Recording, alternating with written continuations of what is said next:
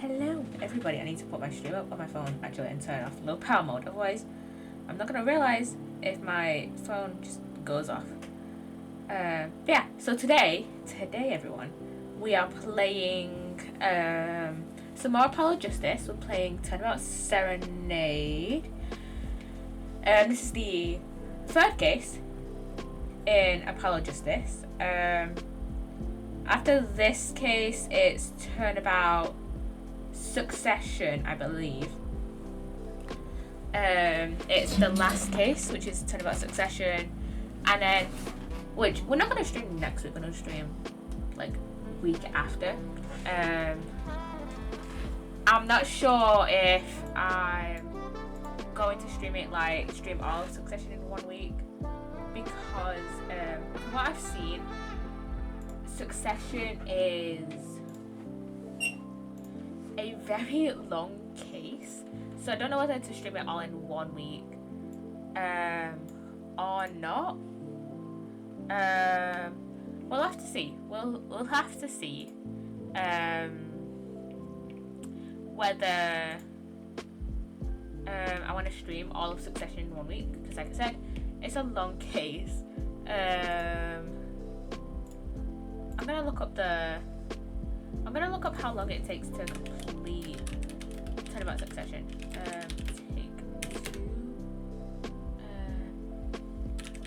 Complete Succession. Let me see. So let me see. Turnabout Succession. It's about 5 hours, even though it'll probably take us longer than that, because I'm looking at this in depth. I'm looking at this post, the Biospheric post by the Riemann Beholder, and it says that Turnabout Trump would take just in 2 hours, and I don't remember. I know it took us longer to complete Turnabout Trump. I'm gonna look at my Apologistics playlist to see how long it actually took us to complete Turnabout Trump, because that gives me like a basis of like how long it'll take me to complete Succession. Where's my Apologistics? There it is. So it took us, I know it said 3 hours. It took us 3 hours, like 3 hours 9 minutes. And I probably rambled for a little bit. Oh wait, no I didn't. Did I? Okay, I rambled for like about 10 minutes. So yeah, it took us about 3 hours to complete Turnabout Trump. So it's gonna be taking me probably like, I'm gonna guess 7-ish hours to complete Turnabout Succession, because it says on here it takes like 5.5 hours to complete Succession.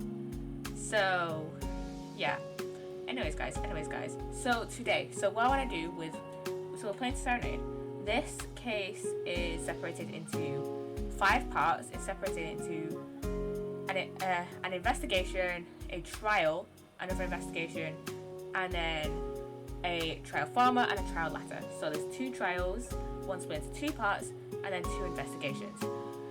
I kind of want to, hopefully I want to do investigation 1 and 2 today, and then trial 1 today, and then do the last trial on Sunday. So yeah, hopefully I can get through that. Yeah, and then we've got one more case of Ace Attorney, Great Ace Attorney Adventures, which I cannot remember I don't remember what it is called.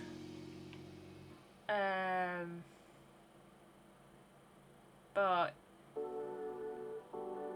yeah. Anyways, let's get into Apologistics. Oh yeah. Video essay of the week, which I forgot to mention the last week that video essay of the week, despite the fact that I changed the command. I just forgot to mention it. But yeah, this week, I don't remember which one it was. I think it was an Izzy's video that I put as the video essay of the week last week.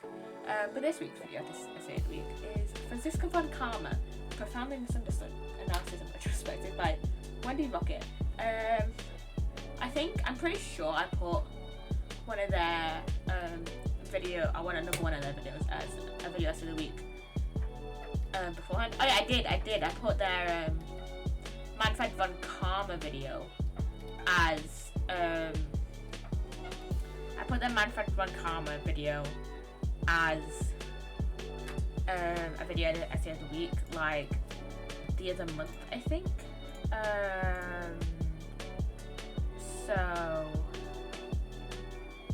So yeah. Anyways, let's get into Turnabout Serenade. I need to change my game capture because I keep forgetting to do it before the stream. Is it gonna? There we go. Turnabout, not Succession. Did I say Succession? I don't know. Turnabout Serenade. That's the one we're playing today. So yeah, I'm guessing we're gonna be in the right anything agency. Let's rock. Oh wait, no, we're not. Oh, that's Clavier, isn't it? We love you. Yeah, it's Clavier. That is so cool. Rock on, everyone. This party's not over yet. Coolest. Guess that's right, baby. The night's just getting started. Thank you for coming to the Governor's Guilty as Charged tour. This ends the first part of tonight's show. There will now be a 20-minute intermission. Ooh, fancy. Ooh, a backstage. This is so cool. Us at a governor's concert. That's supposed to be like a riff on the very British pronunciation of governors. Did you say something? My ears are still ringing. The governors putting the stick back in music. Oh, I thought Mr. Gavin was really nice. Serenade does tickets at 20% off. They're hard to get a hold of, you know. When you invite people to a concert, it's usually free. Let's head into his dressing room, Apollo. You know, like we're a couple of VIPs. I've always dreamed of being a VIP at a governor's show. Tracy, you didn't know who Prosecutor Gavin was before that case. What kind of a fan doesn't know the lead vocalist's name? Oh, this guy. Well, it's more like a prince, really. He loves in. Clavier. What a lovely name. He's so dreamy. Yeah, but I'm a girl. I'm supposed to swoon over gods of rock. God awful, maybe. I bought all that stuff on the way home from the trial. I got 20 Gavin's albums and 15 concert videos. That's quite a bit of impulse shopping. Yeah, that is quite a bit. That is very much quite a bit, Tuesday. I got an advance on my next 15 years worth of allowance. So, what you think? Who gets allowance when they're 30? You're 15. Should it be next, like, 3 years? I don't even get allowance. So if I don't spend, I'd barely spend money. So, for Mr. Right, that sounds like a real act of generosity. It does, doesn't it? Or at least this version of Right, anyways. Who would have imagined me here at a Gavin's concert watching Prosecutor Gavin rock? To be honest, he was kind of cool, and I'm kind of envious. Not that I'd ever admit that to Trucy. I mean, I expect you to not admit to Trucy. Oh, these guitars are cool. These guitars are cool. There he is, Clavier. You made it. Mr. Gavin, thanks so much for the tickets. And the invoice you sent along with them. You're incredible up on the stage, Mr. Gavin. Looks like music to brighten the mood after a trial, yeah? And we're almost ready for our next act. I'm looking forward to it myself. How to pronounce that? Let me rock? Singing right? The Siren of the Ballad? Oh yeah. The flight actually flew all the way over for the show. That's right. I happened to catch her show while overseas. Her voice is divine. I knew I had to invite her to perform with us. Lemmy Raw says, you praise me too highly. Wow, who's this guy? He's huge. Allow me to introduce Mr. Romain Letus, Lemmy Raw's manager, and her interpreter, incidentally. It is a great honor for us to be here, and a great honor for Lemmy Raw to be heard in this country. That voice, I wish I could understand it. It's beautiful.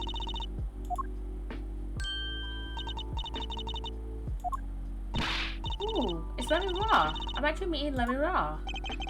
Lemmy Raw, mysterious songstress. A quiet, deep song glides through the air, lilting above a sparse but elegant piano accompaniment. Whatever that word is. Now this is music. She's a real artist. Lemmy Raw says, we have long looked forward to this joint performance. Lemmy Raw, your voice. It is art. Yet without his piano to guide me, it is but a voice.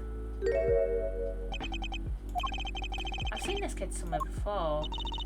He plays piano at all of Lemmy Raw's concerts. He's cute and he's a really good pianist. Good pianists are a dying breed, I hear. Allow me to introduce Machi Tobai. He is blind. This is why he never strays far from Lemmy Raw.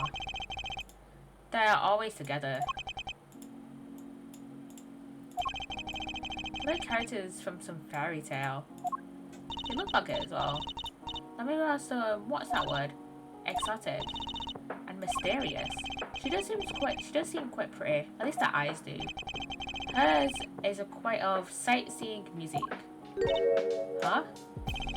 She travels the globe, putting the sights she sees into song. Even though her appearance and voice are exotic, her songs remind us of something close and warm. Sights into song, that's so poetic. She was gracious enough to put music to my lyrics tonight. The Guitar Serenade. I hope you enjoy it. I can't wait.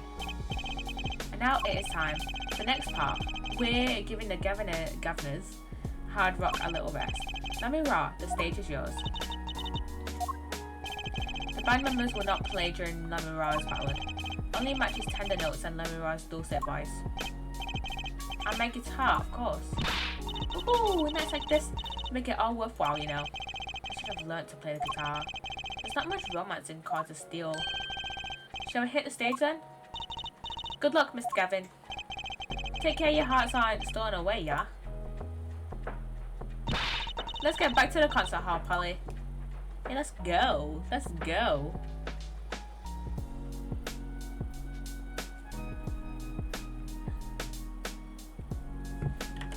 I can't escape, so I can't turn the music up. So we're just watching this in very lo-fi silence. I am definitely not singing for stream. I haven't yet seen this. We're just watching lo-fi my rambling.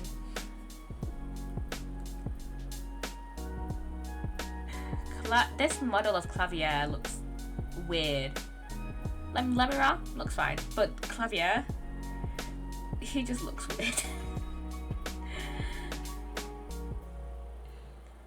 I don't know how to feel about these 3D models.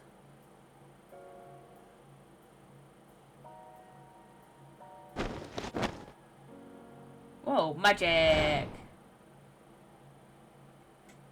Magic.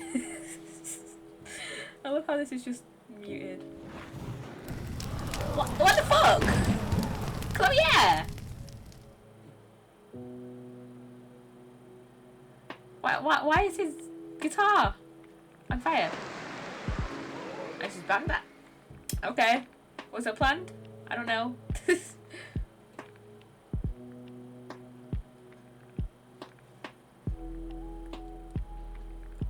Clavier, you good? You good, Clavier? You good there, mate? Oh my god, it's the blue badger! I didn't even realise. Well, wasn't Lemmy Raw amazing? I even cried a little. I was surprised Prosecutor Gavin actually burned his guitar. Yeah, that even surprised me, and I'm a magician. What a production. Yeah, what a production, man. What a destruction. Yeah. I don't think Prosecutor Gavin was expecting it either, oddly. He looked as surprised as I was. Yeah. Is that what they call risking life and limb for art? I think he's my new hero. I'm not sure I'd call that art. Well, what are we doing here? Let's go into Mr. Gavin's dressing room. There's 20 minutes to the last part of the show. How many breaks does this band need? Jeez. One performance and they already need another break. What the heck was that? I was never consulted about it. Sorry, Mr. Gavin, sir. I've asked the man in charge. I'm playing new rock, not great balls of fire. Speaking of fire, I have a good man to fire who's responsible. He seems upset. Apollo Justice, were you the one who tried to torch me? Hey, I didn't do it! Surprised he didn't call us her forehead. So much for risking your life for art. The guitar serenade is ruined! Ruined! Well, let's try to talk to him at least. Actually, that's the best move right now.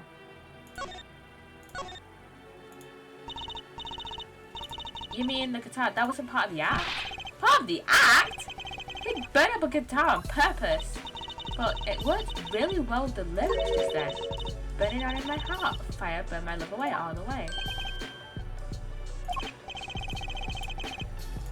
Wait, you think the audience thought it was... It sounds like he got lucky. They probably thought it was part of the act. At least I did.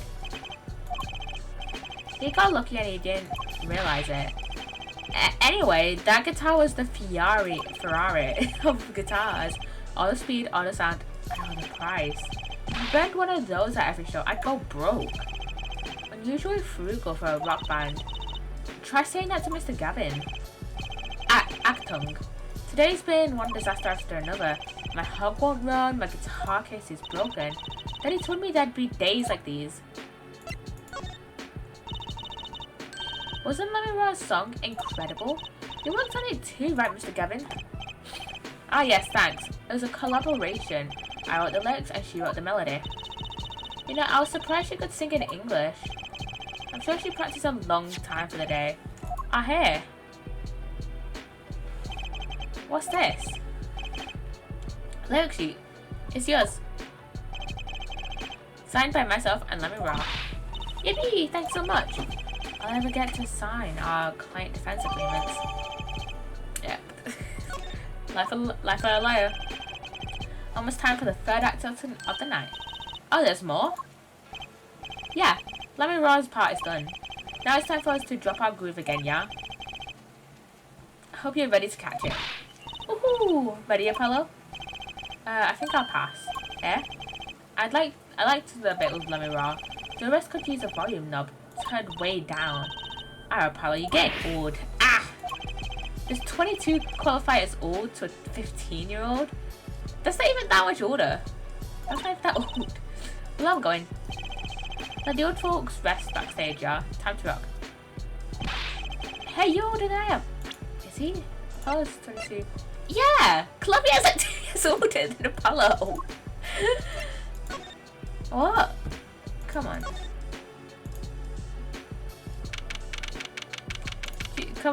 Come on, Columbia. Don't insult us.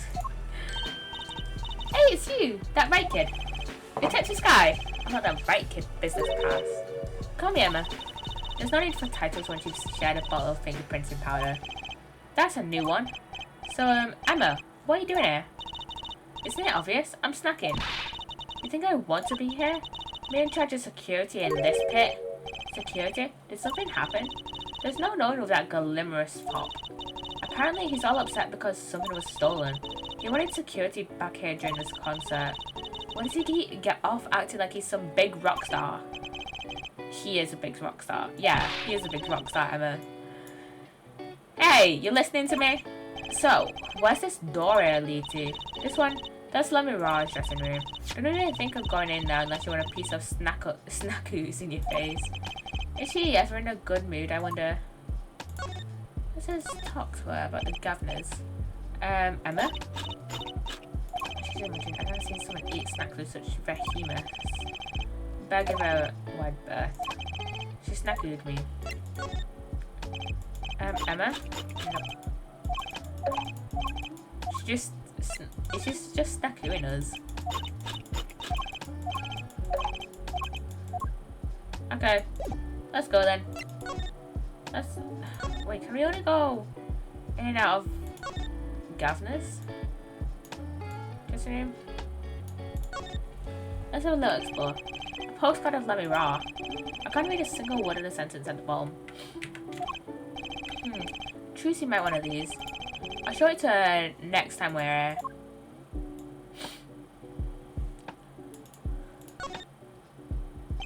A police uniform. Next to it is a policeman's hat and a pair of handcuffs. Guess the band is really into the police. Must be Prosecutor Gavin's bad influence. I thought rock and roll was all about being rebellious. Yeah, that's so too. That's an odd guitar. The design is that character I saw in the hallway, but with sunglasses. What a strange mascot. He looks like he's crying. Since when was rock about crying? They should name this guy Emo. Yep. That police officer looks ready to rock. Some kids must see this and actually want to be cops. Somehow I don't think a rocking defense attorney would work too well. I don't think so either. Because that looks like he was made out of a cop car door. That's right, Trucy's not here to set me straight. No, I feel kind of lonely. There's graffiti on the mirror. In lipstick. Wait, but the governors are all guys. Maybe Prosecutor Gavin wears lipstick? Maybe. There's just a balloon up here. Chains dangle from the ceiling. They aren't glamorous, but I bet Detective Sky'd have something to say about them. Do you have anything else to have a little examine of? An old-fashioned speaker hangs from the ceiling. There must be to monitor what's happening now on stage. I think we're the same kind for my school's PA system.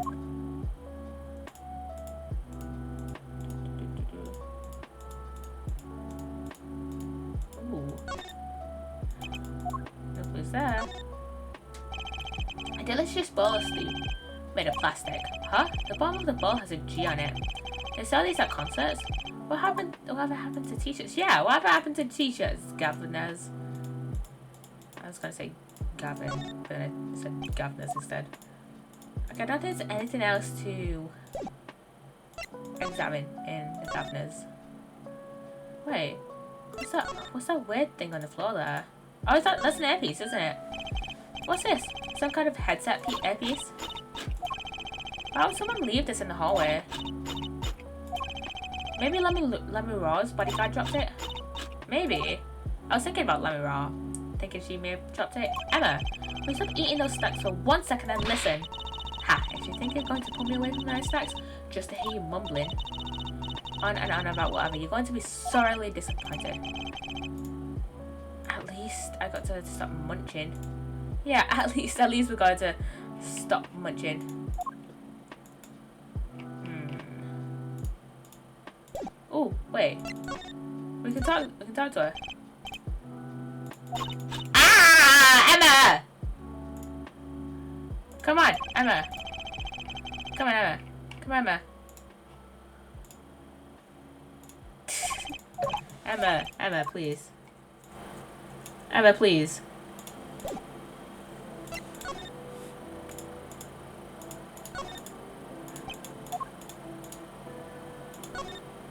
Let me examine that. That's a pretty steady looking box there. Maybe it's an instrument case. There's a guitar next to it. Don't even think about taking that. I don't think I could even carry it. She snackooed me.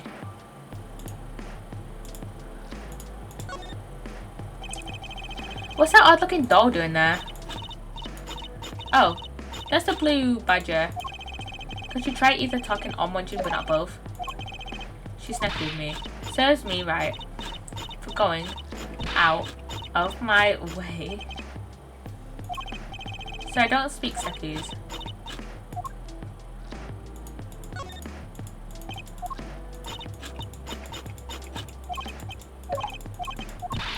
Come on, Emma. I didn't mean to click it. Do click Lemmy Raw's dressing room, maybe? Can we investigate Lemmy Raw's dressing room? Yes. Yes, we can. So this is Lemmy Raw's dressing room. If you even think about going in there, I'll... Oh! What was that? Oh! Was that a gunshot? Something's going on. You, out of my way. Emma! Lemmy Raw! It's not locked. I'm going in. Yeah, what's going on? I'm confused. Is Lamira dead?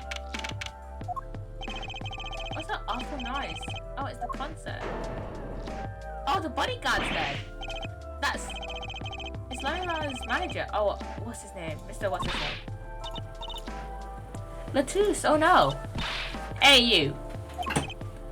Me. Watch this room for me. I have to call for backup. Right, understood. You want to make sure no one comes in, right? I don't touch anything. I'll be right back. You know what I'm gonna do? What's going on? I just talked to him and now he's dead. Oh? He's alive! Mr. Latouche, can you hear me? Shot. I was shot. Who? Who shot you? I don't know. Ask. Ask what? Ask. Witness. Witness. There was a witness? Who? Cold. So cold. Witness. You're cold. Don't worry. You're going to be fine. Help us on the way. Who's the witness? Can't see. Hang in there, listen, Mr. Latouche. Tell me who was the witness. The witness is... Siren. Siren? How could a siren witness have anything? Was it Lamira? He tried to write something in... He tried to write something up there, but obviously... He obviously didn't. Mr. Latouche. Yeah, it's Emma. What was that? Who's there? What's wrong? Emma, did you see anyone just now? Huh? No. I could have sworn I heard a door close. The concert's been cancelled. Backup's on its way. It's Mr. Latouche. He's dead, isn't he? That's terrible. I lost him. Oh no. Romain Latouche, however you say it. Shot. I heard his last words. The witness is the siren. Whatever that means. I'm guessing that the siren is... Lamira. The venue's locked down. We took names and addresses before letting the crowd go. Good work, Diane. I'll let you know if I find out anything about the victim. Later.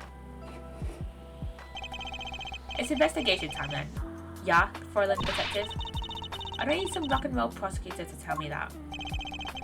One request I must make. Tell no one on staff or otherwise anything of this. Oh, a gag order. No word gets out other than that Mr. Latouche is dead. No word of cause of death or of the murder. Tell no one, not even Lamira, not even her. We must keep everything under wraps. Oh, one other thing. I need your signature on this, her forehead. Yours too, Fräulein. On that? An investigation request? Why just us? You two are civilians. It's standard procedure. That should be okay, I sat to sign, I think. Right, we'll get started with the investigation. I guess that's just because, I'm guessing that's just because Apollo was like, you know, kind of a technical witness to the crime. Because Apollo and Emma heard the gunshots and were right outside Lamira's dressing room when he was shot, so technically they're witnesses. What does Fräulein mean? Because think about it, we had two other cases with Clavier. And I don't know what Fräulein means. Fräulein. No wait, have we had one other case or two other cases with Clavier? I don't remember. I tied to a form of address for an unmarried German-speaking woman, especially a young woman. And he just addresses everyone as Fräulein. Okay. Right, we'll get started with the investigation. I'm on it already. And one tip for you. Huh? Try not to get in the Fräulein Detective's way. She's in a foul mood today. Gee, I wonder why. We're all questioned as witnesses, and now none of us can go home. We'll investigate, alright. Are we? Somehow I don't see us getting back to that crime scene anytime soon. Still can't believe I was there when it happened. Not an experience I care to repeat anytime soon. There is no time for navel gazing. Let's crack this case. I worry about Trucy. She seems to have a very loose idea of what it means to be an attorney.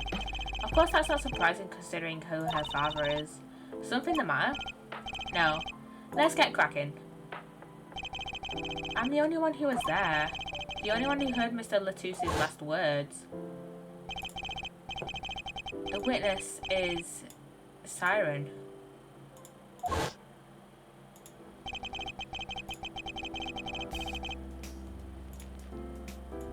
First order of business is to find out what he meant by siren. Which, again, I assume is Lamy Noir. Not Lamy Noir. Lamy Raw. Let's pick up this earpiece. What's that? It looks like some kind of feature phone. Not a phone, a transceiver. It's called a headset. What's a headset doing on the floor? Wait, do you think Mr. Latouche might have been wearing it? Like one of those bodyguards? I don't think he was wearing one when we first met. The LED on this thing is lit. It must be on. Where can we go? Look who's there. Where can we go? Oh wait, can we open this? Looks like an instrument case. A big instrument case. There's a great magic trick you can do with one of these. Huh? What kind? The miraculous beautiful girl escapes the case illusion. So it's the girl who's miraculous, not the escape. So picky. Let's... Oh, you can go on stage. Let's not go in the governor's dressing room. I want to go on stage, and we can't go in Lamy Noir's yet. The stage looks empty. I was hoping to get a chance to talk to Prosecutor Gavin. Oh well, nothing to do but to go to the crime scene, I guess.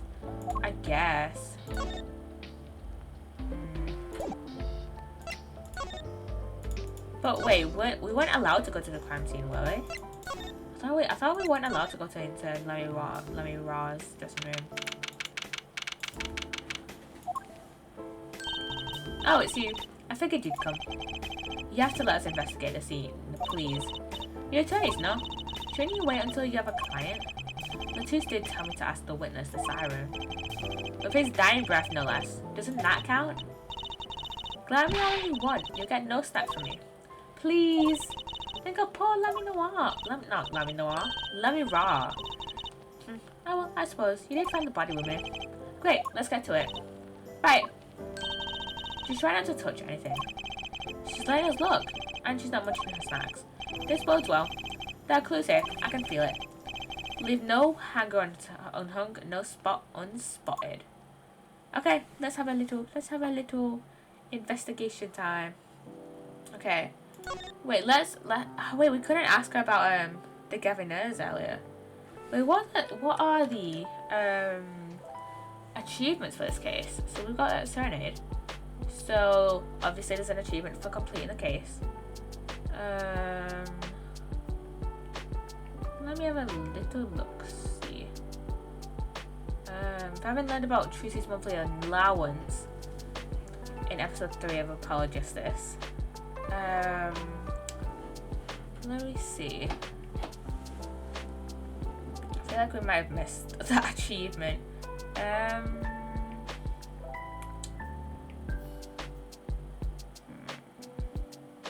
Cause she mentioned her her allowance beforehand, didn't she? But we didn't really ask her about it.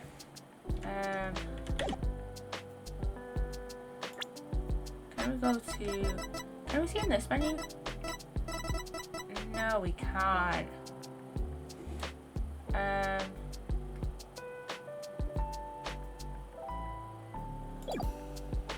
Okay, let's just ask her. Let's go just ask her about the victim. Mr. Romain Latouche, wasn't it? He was Lamy Raw's manager. An interpreter, apparently. This was his first time in the country. So I'm guessing he didn't know many people here.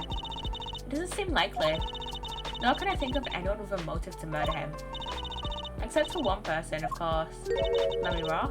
One person who? Lamy Raw. No one here might have had a motive, but she's from... What are you talking about? Ugh. Hey, it was Emma's idea. I said nothing. It's your idea, Emma. Always with the snacks. But it was your idea. It was your idea. He's a big man. Or was. I don't think even I would win a fight with him. Which is why whoever it was used a revolver, I'm guessing. We sent a request to the Barginian, the Barginian embassy for more info on him. Well, you and I know more about the crime than anyone. You do? That's true. It was us who found the body. What? I guess that's what I missed. I guess that's what I missed for watching the concert. Hey, I wish I was watching the concert. Anything would be better than this. Well, we know the crime took place during the concert, and when we heard the shot and entered the room, the killer was already gone. What? But that doesn't make any sense. They came in when you heard the shot and no one was here. How did they leave the room? That window is a little too small, isn't it? On that vents! They could have gone in through the vent. The mystery of the disappearing killer. Okay. Okay, we got a step ladder. Step ladder conversation. Huh? Another ladder? Actually, it's technically a step ladder. Well, hello, Miss Fancy Pants. Please forgive my lack of ladder discrimination. I'm less worried about the step ladder. I'm more worried about why it's there. Why is the ladder there? Well, it's a climb, right? To reach something on the ceiling. I still say it's a step ladder. What's wrong, Apollo? Your mouth is catching flies. Nothing. It's nothing. Maybe that's how the killer escaped. That's what you were thinking, right? Ding, ding, ding. When we arrived on the scene, the killer had already fled. He or she must have had a way out. And that air vent is one possibility. But it's much too small. Not if the killer were about your size, Tracy. I didn't do it. I was going up the dance floor at the time, thank you. I know. Of course I don't think you did it. It's hard to tell you sometimes, Apollo. Hey, what have I done? And then we have the bullet holes. Are these bullet holes? It looks like it. There are two here in the wall. From the look of it, the victim was shot once in the shoulder. The first shot must have missed. But there are two holes. Wouldn't that mean two misses? The murder weapon is a .45 caliber revolver. It's very powerful. I believe what we're seeing here is the mark left by the second bullet after it passed through his shoulder. Ouch, sounds painful. No kidding, I wonder about this murder weapon. Can we ask her about the murder weapon? No. Ooh, what's that? Ooh, what a pretty brooch. Oh, Emma? Wait! Wasn't Laminoir? Oh, I thought she was wearing the brooch, but we can't tell. Oh wait, he was! Oh wait. And Maggie's a year younger than it, Tracy, so they're like about the same size. He's the killer. Solve the case. Solve the case already. Solve the case already. Now we just need to think of a motive. You're not going to say, "Can I have it, please," are you? Oh. Look, you may be a cute little girl of 15, but that doesn't get you any special treatment with me. Oh. It's not healthy to envy the young Emma. It's not about envy, it's about tampering with evidence. Note to self, Emma lacks a sense of humour. Use caution. You need to learn to respect your elders a little. Something seems so familiar about that brooch.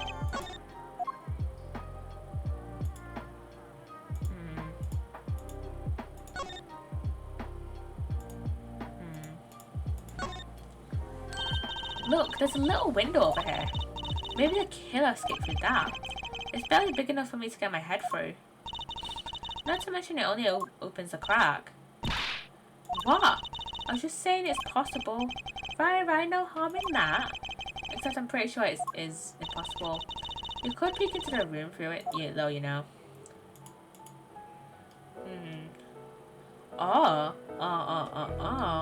This window was open. And obviously he would have like been stood near it, and he's tall as fuck, so he would have just like, you know, you get what I'm saying? This is the murder weapon, isn't it? This revolver? That's right, a big .45 caliber revolver. Wow, I wonder who brought this in here. thought only police were allowed to have one of those. Why are you giving me that look? I didn't do it. I didn't. Listen, I was out in the hall eating snackies when it happened. And we know. I know. Yeah, we know.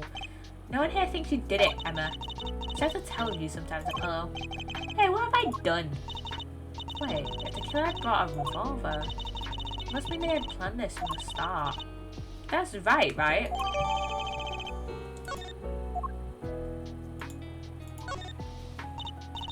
That's a body, isn't it? Sure is. The victim, no less. Let's take a closer look. Go ahead, Apollo. You first. Me? No, you should go first, Trucy. Really? You two stop bickering and get over it. Hey! You're the detective here, Emma. Not us. But also, to be fair, I mean, I understand Trucy. She's 15. She's a magician. But Apollo, you defend, you know, suspects of murder. You should be kind of used to it. She's munching her snackies again. Hope she's not too annoyed. He tried to write something at her. Hey, is that blood? Why don't you examine this one, Apollo? You know more about red stuff than I do. Yep. Says who? Something strange about this blood, though. Is that what it looks like? That is weird. His hand is all clenched up. Apollo, look at his hand. He's holding something. Ain't no touching. You can throw all the snacks at me you like, Emma. But sooner or later, you're going to run out of them. You raise a good point. Bit intrigued by the scene. Let's take a look. Ah, see that? He's holding something. What's this? A keyring? Think it might belong to the killer? Certainly a possibility. What an unusual keyring. What unusual keys? This could be a vital clue. They look like something that Clavier would own, though. Look, mainly because of the guitar key.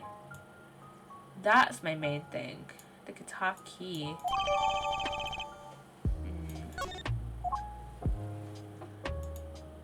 Anything else we can examine about the crime scene? Oh, his fingers are bloody. Oh. Oh, his fingers are bloody. Okay. So I'm guessing he was trying to write the name of his killer, but I cannot see. Like, that looks like an N, maybe? And like an A. Let me look at the court record. N and A. The closest one is MA, which is Mache. But that looks like a Y. Oh wait, no, it kind of looks like an H, actually. So I'm guessing it was trying to maybe write Mache.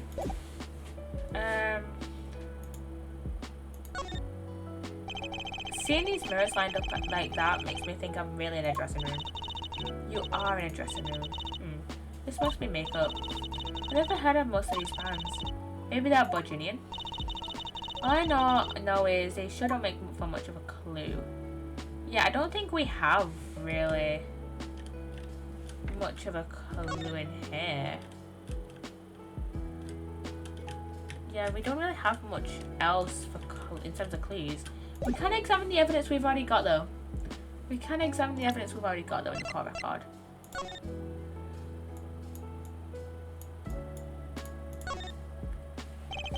Saw a pin fastener for attaching things to clothes.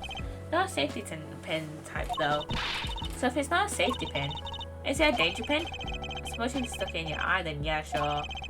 But you could do that with a safety pin too, for that matter. Thanks for taking the fun out of my danger pin. Oh, you're driving a danger pin through my heart here. Yeah, this definitely looks like what the one Machi was wearing earlier. We have the murder weapon. We could probably dust this for prints, actually. Yeah, we could probably get Emma to dust this for Prince. The middle of the weapon is a revolving chamber. That's where you load the bullets. A revolver, see? Revolver, revolver. That sounds a bit like Wunderbar. Wunderbar, revolver. Especially if you say it really fast. I guess?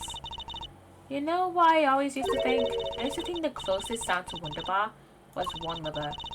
There's just so many words in the world, Apollo. Isn't it amazing? I'm guessing this is just more of a joke lost in translation. Because there's a lot of jokes that probably make more sense in the original Japanese, in the original like Japanese version of Apollo Justice than in the English version. And I don't speak Japanese, so I would not know. So I'm guessing it's just to do with the Japanese pronunciation. So many different words, so many different people. People like Trusy.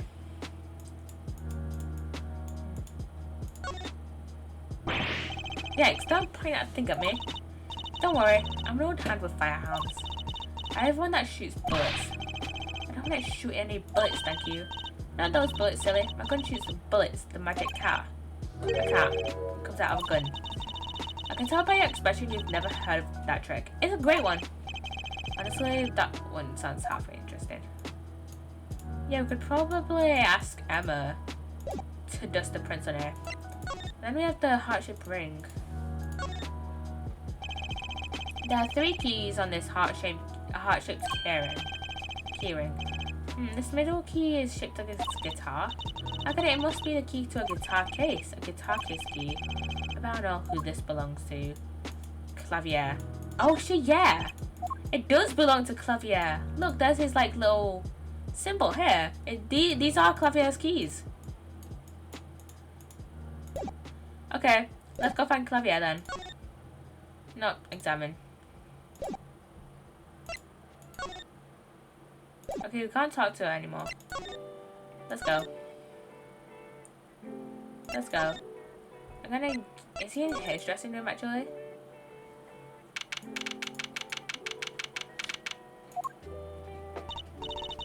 Looks like nobody's here. Prosecutor Gavin's probably busy with the case too. No rest for the wicked. No rest for us either, Apollo. Let's go rockin'. Rock, rock. Yeah, let's go. Let's go find Gavin.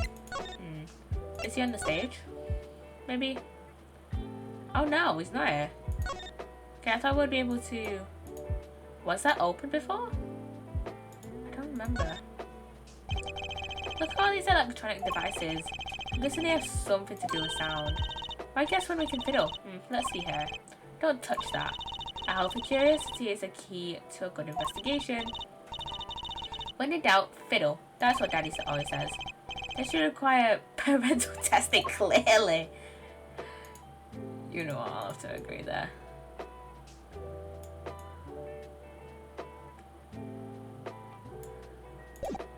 Okay, I don't think we need anything on the stage. It doesn't look like anything either. I can't think of where we need to go next. Do we need to go back in Larry Noir's? Oh wait, can we present the gun to Emma? And get her to fingerprint it. So this is the med weapon. This revolver is incredibly heavy. It's been fired twice. You can still smell the gunpowder. That's odd. What's odd? Oh, nothing. Hey, no fair, tell us. It's just, something about this revolver seems strange. Strange? Oh, what seems strange about it?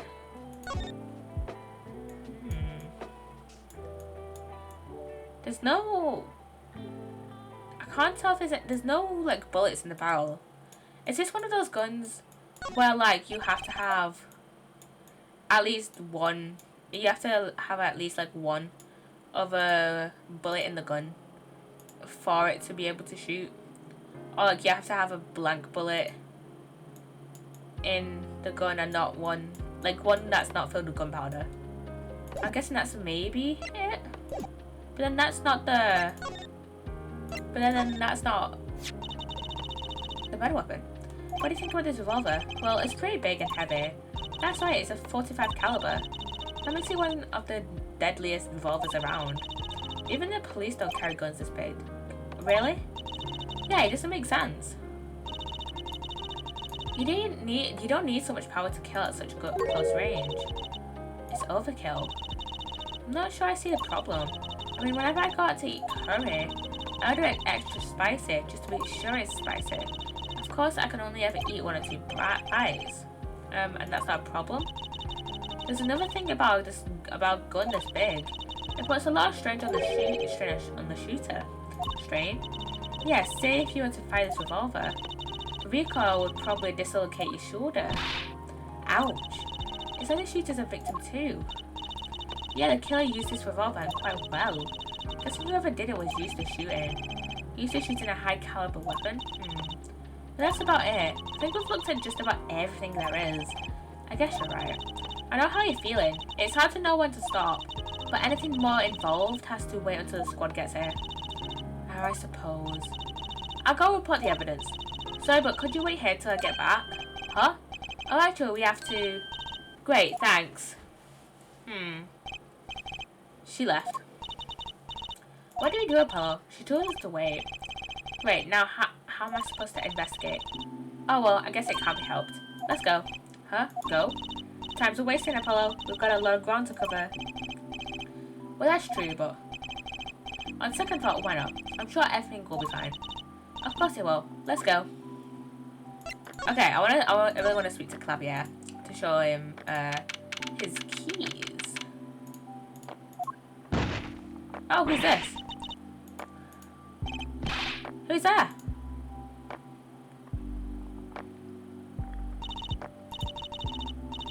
We didn't just imagine that, did we? Who's wearing a silk hat? A friend of yours? Hardly. Whoever this was, he sure looked suspicious. That was weird. Anyways, I want to find Gavin. Where is he? Where's Gavin? Where's he? Stage.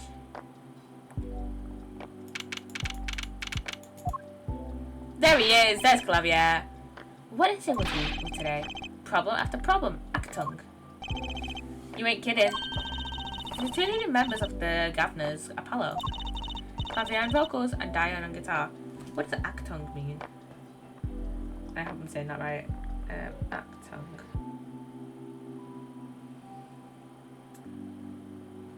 Danger. Let's see. Oh, Achtung, a German word meaning attention. Okay. You know what? That makes sense for. That kind of makes sense for Clavier. Clavier, my dude Clavier, loves his attention. They're so cool. I have a hard time thinking of Clavier as anything but a prosecutor, honestly. Huh? What are they arguing about? Probably the case, I bet. My hug won't start, my guitar case is busted. My guitar's been burnt to a crisp, and to top it all off, someone's dead. And then there was that performance just now. What was that all about? Hey man, don't blame me. You're the one who missed the cue. Me? Miss a cue?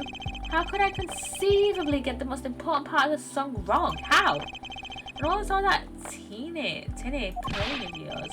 Who you calling tinny? Sounds like they're having a spat. One of those differences in musical direction bands are always split up over. This is hardly the time. What are you two doing here? Hiya. We were just discussing the investigation, if you don't mind. Sorry, wait. You a what? Listen. You need to confirm that with the Republic of Virginia, Detective Crescent. Right, anything else? What did he just call himself? Detective? Ah, greetings. Diane Crescent. Crescent. Not Crescent. Crescent. Criminal Affairs Division 3. Hello. Criminal Affairs? Hello. You really don't know anything about the governors, do you? Something tells me that it's about to be remedied. I'm guessing they all work somehow in law. You know, Gavin being a prosecutor. What is his name? Guyand. Being a detective. About the crime. Which crime do you mean? The murder, what else? Oh, that for me today has been a hit parade of crimes, you see. Prosecutor Gavin was singing the blues earlier, wasn't he? Something about his hog and his guitar case. Anyway, I'm afraid you know more about the killing of Mr. Latu than I do. For now, at least. Huh? You're the one who found the body, yeah? Well, we were in the middle of a performance, no less. Are you going to examine the crime scene, Prosecutor Gavin? I'll leave that to Fraulein Detective. We don't want to step on her toes. They're not exactly best buddies, are they? I married Prosecutor Gavin, I mean. Well, what to do next? We've already checked out the scene. Prosecutor Gavin may be right. We might be the most informed, for once. Maybe Prosecutor Gavin can shed some light on some things we found. Let's ask him about the Governors first. I don't believe you, Apollo. How can you come to this concert and not know about the Governors?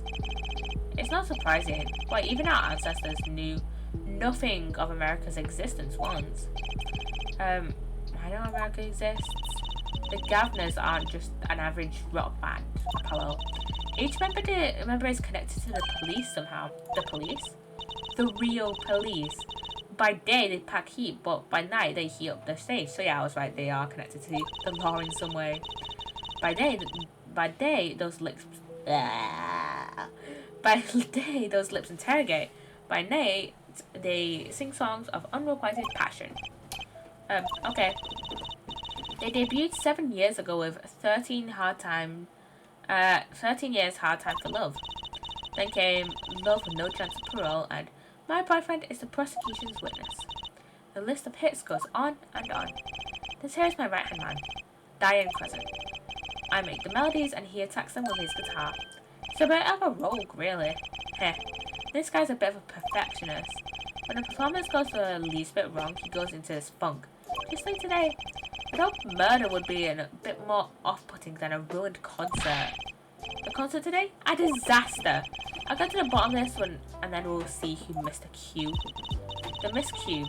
They were arguing about that before. Great. I love knowing nothing more than questioning talented artists. What's this missed cue you keep talking about? Ah, you heard it, didn't you? From the audience? Actually, I didn't notice anything. See? No amateur is going to pick up on that. Can you guarantee an entire audience of amateurs? No! Now take a listen to this. What's that? A mixing board. We used it to record our concert tonight. Aren't we supposed to be investigating a murder? Well, we've come this far. Might as well go all the way. I've always wanted to learn about the recording industry. Ooh. This is but one of the devices used in recordings.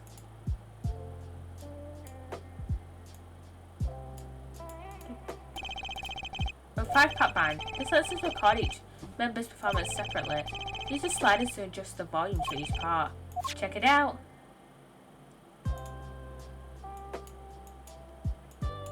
Can I not? Oh.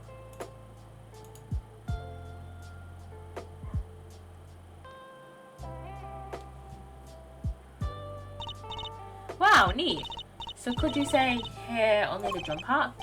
Of course, that's how we'll find the criminal guilty of missing his cue tonight. Well, that's the other criminal. The one who kills people. You want to help on the case? Then help me with mine. I guess rock and roll comes before prosecuting. Let's begin. First, we bring out the parts of the performance in question. You simply choose the section of the song you wish to hear on the uppermost bar, like so. Oh, there it is. Now listen.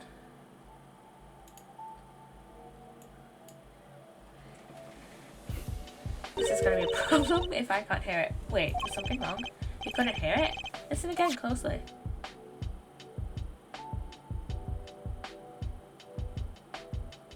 No. Ah, the time is a little off, isn't it? You see? There, right at the most important part. Even an amateur could hear it. Let's turn the music a little bit. An amateur with a mixing board, maybe. You're missing the point. We'll never stamp out crime until we're perfect. Perfect. Here he goes again. Right, Haracha, you'll prove my point. Huh? Me? You'll find the missing cue. You will tell us which instrument, which part is the guilty party. But how? Did I not just explain it? Move the sliders with W and S to adjust the volume for each part. Then you will find the part that hopelessly bungles the keys with A and D. You will find it with your untrained amateur's ears. Nothing to do but try, Apollo, I guess. I'll admit this looks kind of fun. First, a quick review. Use W and S to adjust the parts volume. Jump to another section of the song with Q and E. Use A and D to switch parts right. Got it. Once you've found the guilty part, press R to point it out. Time to rock. Okay.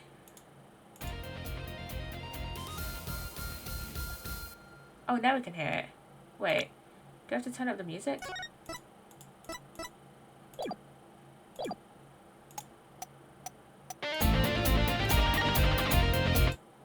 Wait, I'm gonna turn down these or sections. It wasn't the guitar, so we can turn that one on.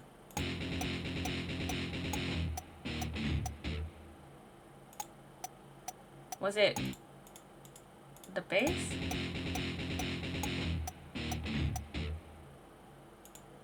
Can't tell if it's bass. Oh, is that bass? I don't know. Is this gonna be obvious?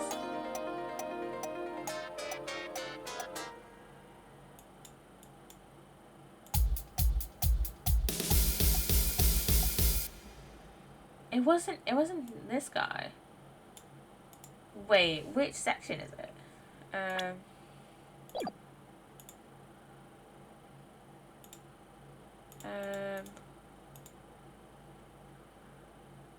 don't remember.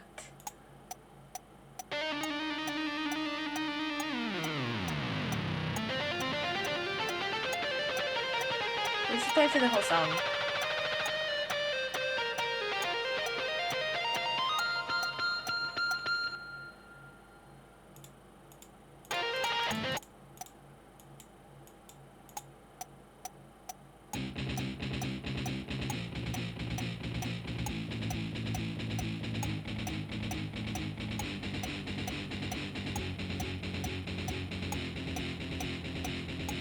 The metronome is actually quite helpful.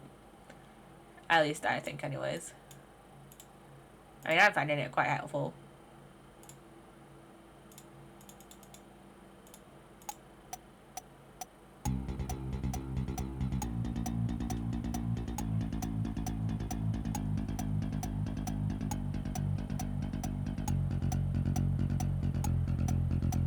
Or maybe that's just because I did music BTech in high school.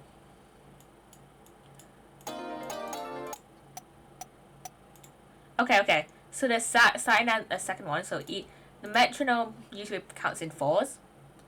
So 1, 2, 3, 4. 1, 2, 3, 4. 1, 2, 3, 4. You can kind of hear it with the metronome.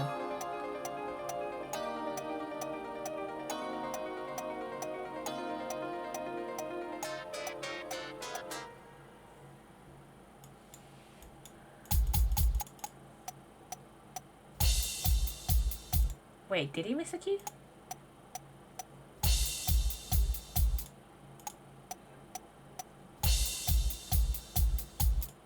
One, 2, 3, 4. 1, 2,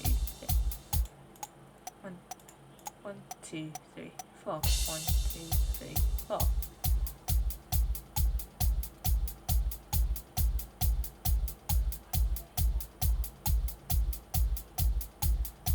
I can't tell. I actually don't know. I'm looking this up because I genuinely don't know.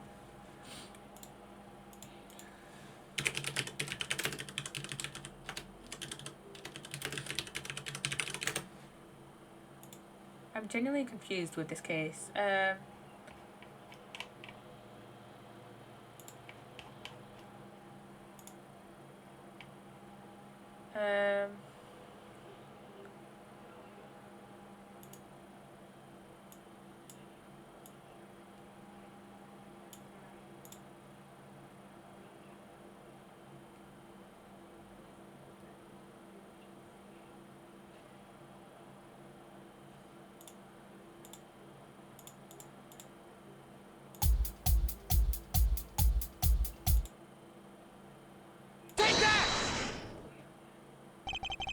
This part sounds a little off. Let's see. Her forehead. Yes? Let me guess. You got D in high school chorus, didn't you? How do you know? This part is perfection. Absolute perfection. I bet all the royalties from my last platinum selling album on it. The guilty part is somewhere else, sorry. Yeah, I knew I sold you a Brazilian record. Focus, Apollo, I'll cheer you on. Actually, it's probably better if you stay quiet. Let's give this another shot. Take that!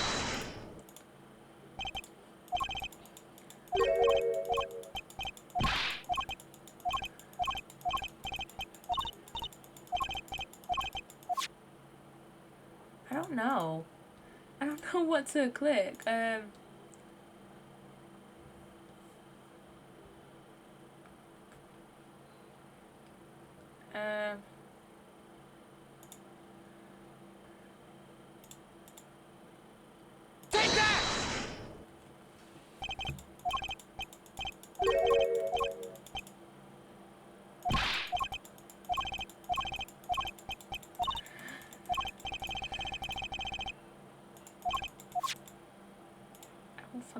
I don't fucking know. I need help. I don't know.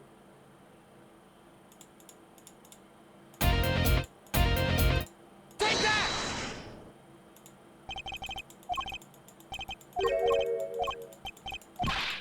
I don't know.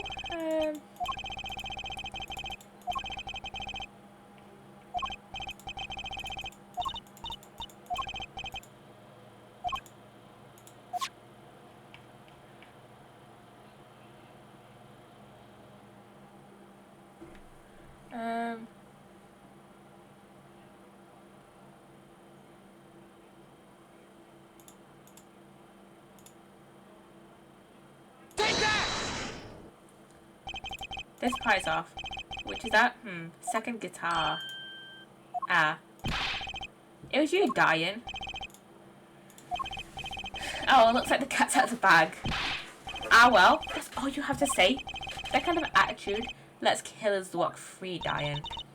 Here they go again. Maybe it wasn't such a good idea to ask about the concert. It's starting to feel like we're just wasting time. It's all experience under our belts. This can't be bad. I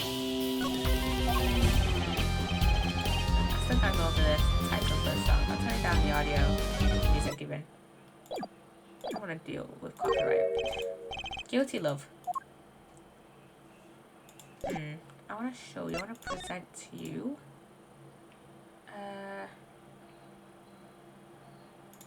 I want to present to you this. Your keys. And I was wondering if you knew anything about this. That. Does it look familiar? Familiar? It's mine. That's my keyring.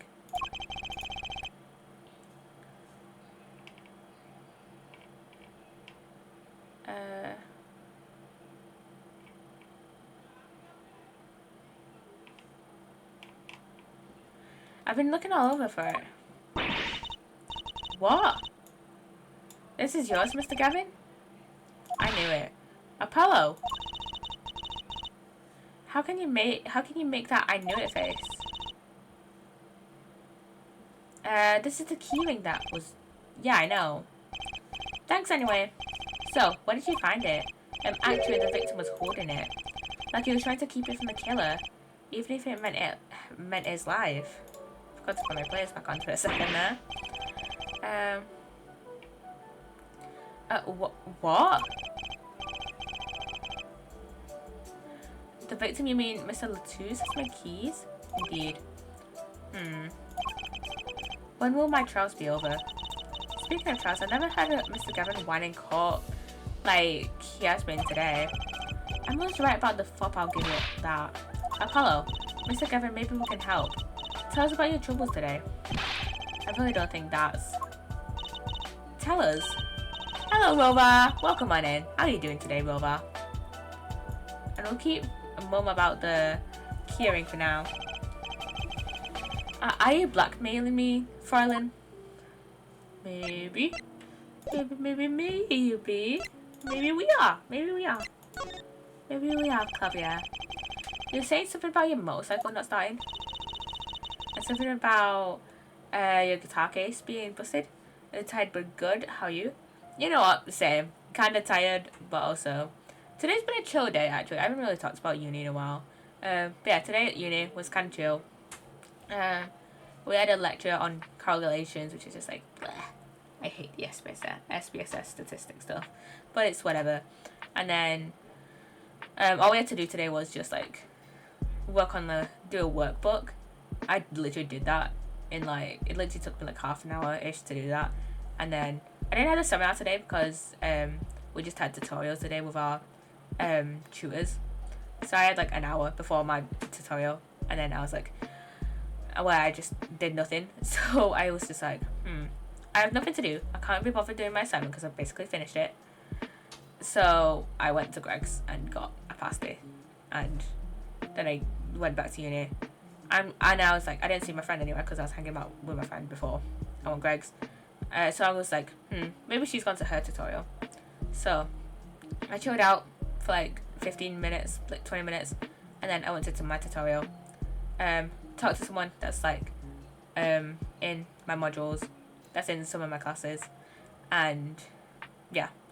And then after my tutorial, worked on my assignment, and it's basically finished. I'm probably gonna work a little bit more on it on Monday.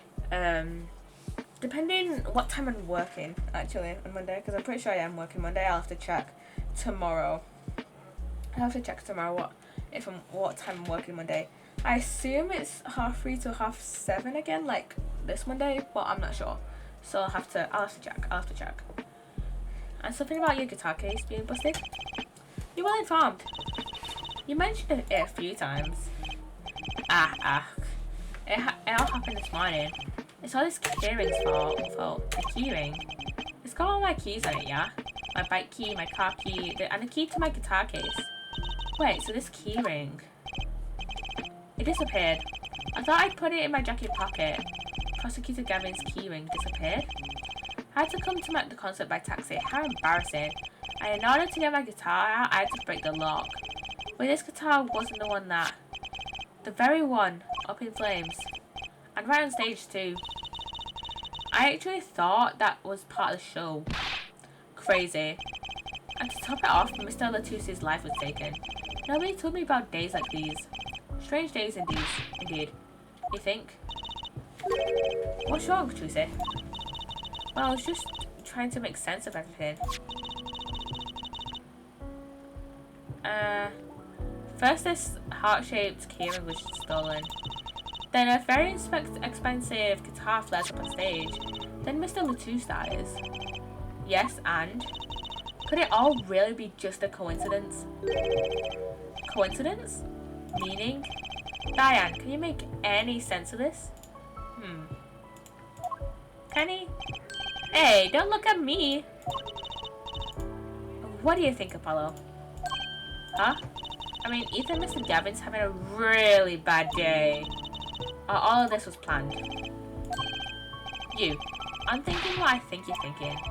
Are you, Fräulein? I am. What? Hey, don't leave me in the dark with Spike here.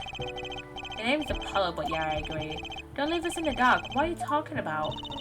Haven't you noticed a connection, Apollo? A curious connection between all of Mr. Gavin's troubles today? Well, I guess. You know, something was bugging me too. That keyring and the guitar and the body. Slow down there, Apollo. You look a wee bit dizzy. He's bluffing. He hasn't figured it out. Face up if you're a man. You're as clueless as I am. No. Give her forward a chance. Let's see our evidence of a connection, shall we? Evidence? I'd better think of something pronto. Come on. Let's see it. What's the connection between all of Mr. Gavin's troubles? I'm gonna guess this. The lyrics. Take that! It's this, isn't it? A lyric sheet? The guitar serenade. What's that got to do with anything? It's everything to do with everything. Now I wouldn't have believed it if the Fräulein hadn't pointed it out. What are you talking about, man? Enough with the riddles. Maybe it is a coincidence, or perhaps it means something. Don't you think, Fräulein? I do. Everything that's happened to Mr. Gavin today is predicted in the lyrics to the song. What? No way.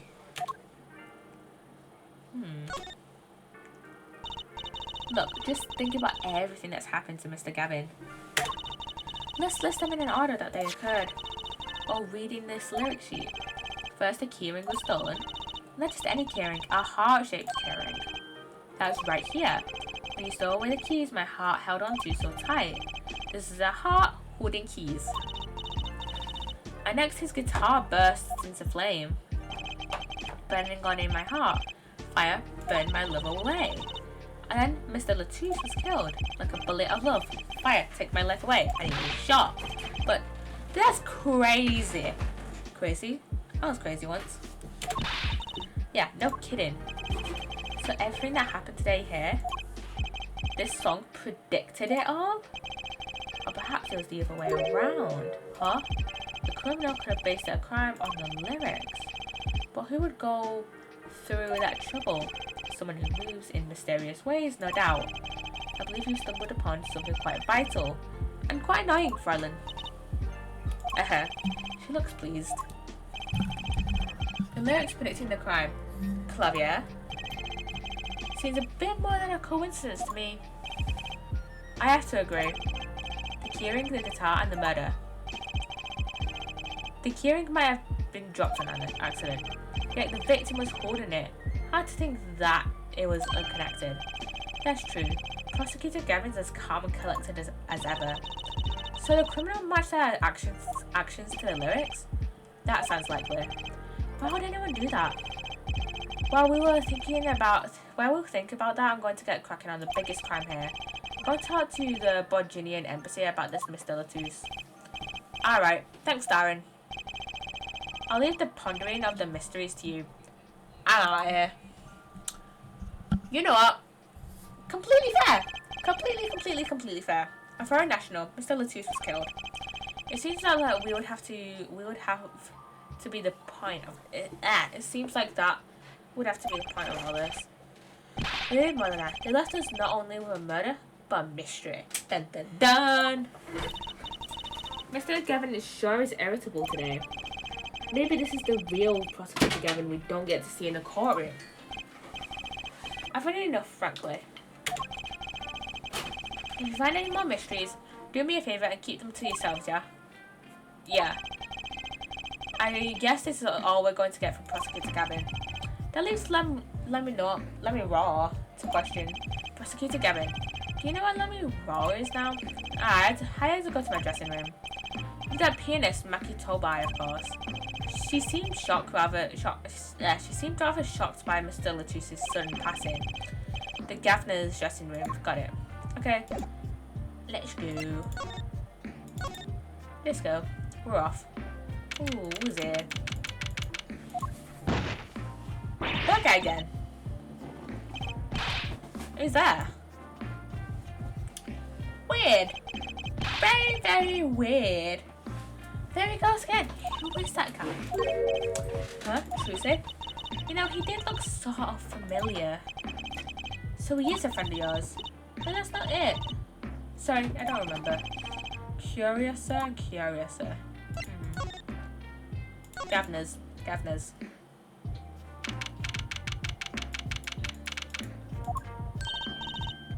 Ah, let me raw. What's happened? I heard that Mr. Latouche has died. Let me raw, you speak English? Ah, yes. I was invited here from the Republic of Virginia, but I am not Virginian by birth. Wasn't Mr. Latouche your interpreter? Ah, yes, well, it was Mr. Latouche's idea. He thought it would add to the mystery, you see. Then your pianist is also... No, Machi Tobai is Virginian. He does not speak English. Now please tell me, what's happened to Mr. Latouche? Why did he... Actually, Mr. Latouche was... Trucy, huh? Remember what Prosecutor Gavin said? Not a word. But Mr. Latouche's Leminoir's manager, that's not fair to her. I mean, isn't she a related party? Precisely who Prosecutor Gavin doesn't want to alert, I suspect. All I've been told is to wait here in this room. It is very unsettling. I'm sorry, we're trying to figure out ourselves. Do you think I could ask you some questions? Of course, I'm always willing to help.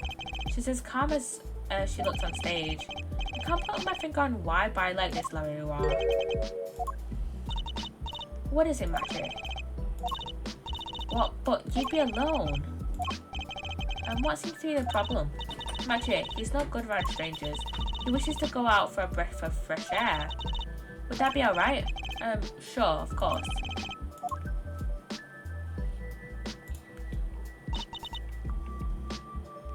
Very well.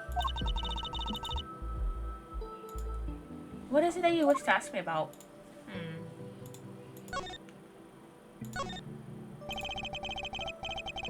The Republic of Virginia. That's in Northern Europe, right? I've never even heard of it. I started out singing in a restaurant. Then a producer called me. Before I knew it, here I am. You don't say. You know, my daddy plays piano in a restaurant. Producers tend to look for talent, Tuesday. Lamiroir, you're not from Virginia originally? Were you born here? Well, oh, is that supposed to be a secret? Image is everything when you're a star. I know a bit about that, of course. Ah, yes, it is something like this.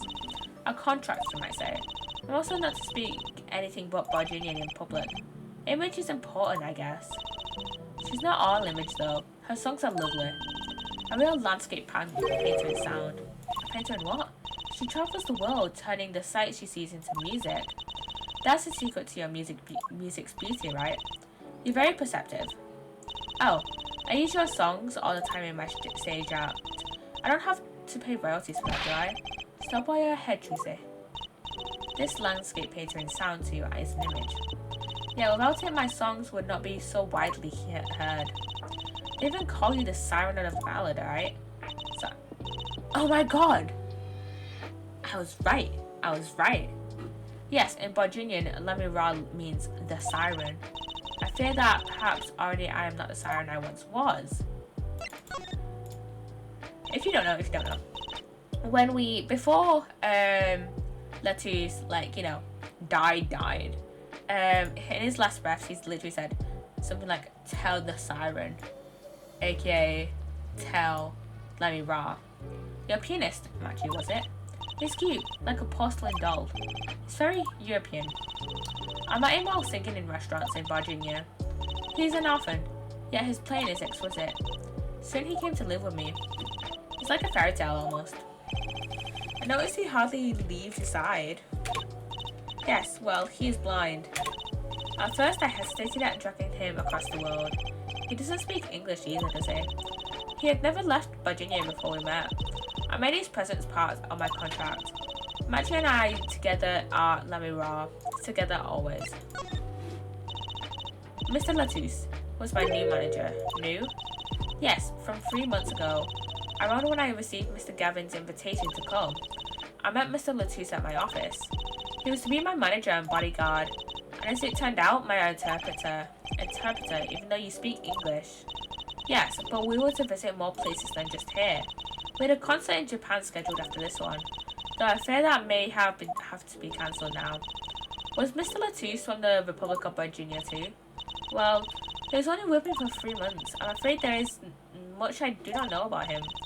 And now I shall never know. No one will even tell me why he has died.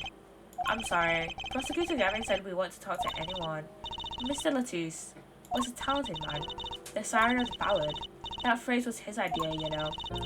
I'm happy for him that it has become so well known. The siren, that's what he meant. Huh? Apollo? You are the siren, right, Lamiroir? That is the meaning of my name in Virginian, yes. It is the name my producer gave me, but why do you ask? It is very important. I need to know for sure if the siren was you. What do you mean important? I'll tell you. You deserve to know. Siren. It turns out that a very important word in this case. How? When we found Mr. Lettuce, he was still alive. What? I heard him say something.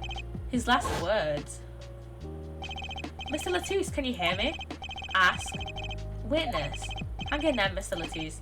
Tell me, who was the witness? the witness is Siren. He said Siren. Really? I was the only one there to remember it. But I'm sure that's what he said. Mr. Latu said that? Ask the witness. And you're the Siren, Lemmy-Ra. Did you see what happened? Lemmy-Ra? May I ask, are you with the police? Well, no. I'm a defense attorney. An attorney. Yet there have been no arrests yet. Is that a problem? Does an attorney not work for a client? If you have no client, you should leave the investigation to the police, I think. But Lemmy-Ra, I'm sorry, but I cannot answer your questions. I'm afraid you lack the authority to ask them. Why? If you witnessed the crime, why won't you tell us? I believe we are through here. I believe so. Are you sure about that? Look, it's a postcard of Lemmy-Ra. What are these letters at the bottom? I've never seen these before. It must be her native tongue, Bajunian. A landscape paper and sound. This is how it would translate roughly. Please, take one. A landscape paper and sound? That's a nice image.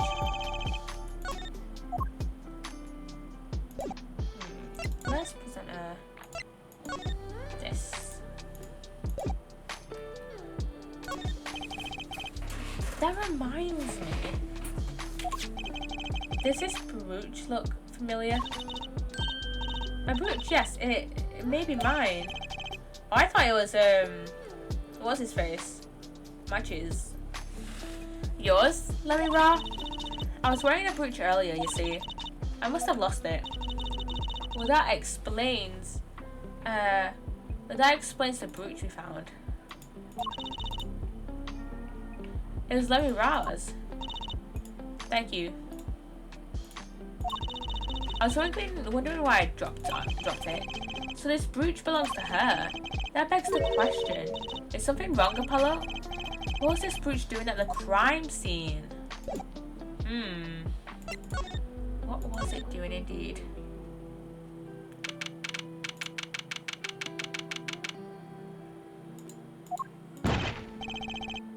Whoa, who's there now?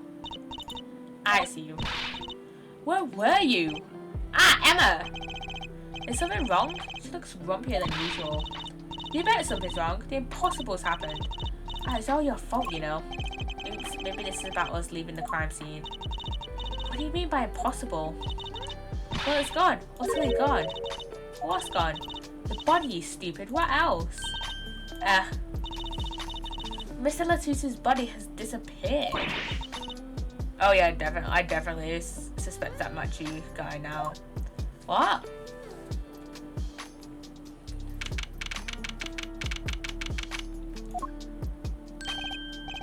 Ah, Prosecutor Gavin. From your vacant stare, I gather you've heard the news. I heard that Mr. Latusi's body has gone missing. Look for yourself. No body. Quite the pickle. Quite the pickle. How can you just stand there? We have to start the investigation. There's no need for alarm, Fryland Detective. All the entrances and exits have been sealed. The body will not leave the building. So I suggest we go find ourselves a cadaver. There will be plenty of time to ponder the whys later. Well, you seem pretty sure of yourself, Mr. Gavin. Oh, we'll find him. I'm rather enjoying this. How could Mr. Latusi's body just disappear? Well, you heard the man. Let's get searching.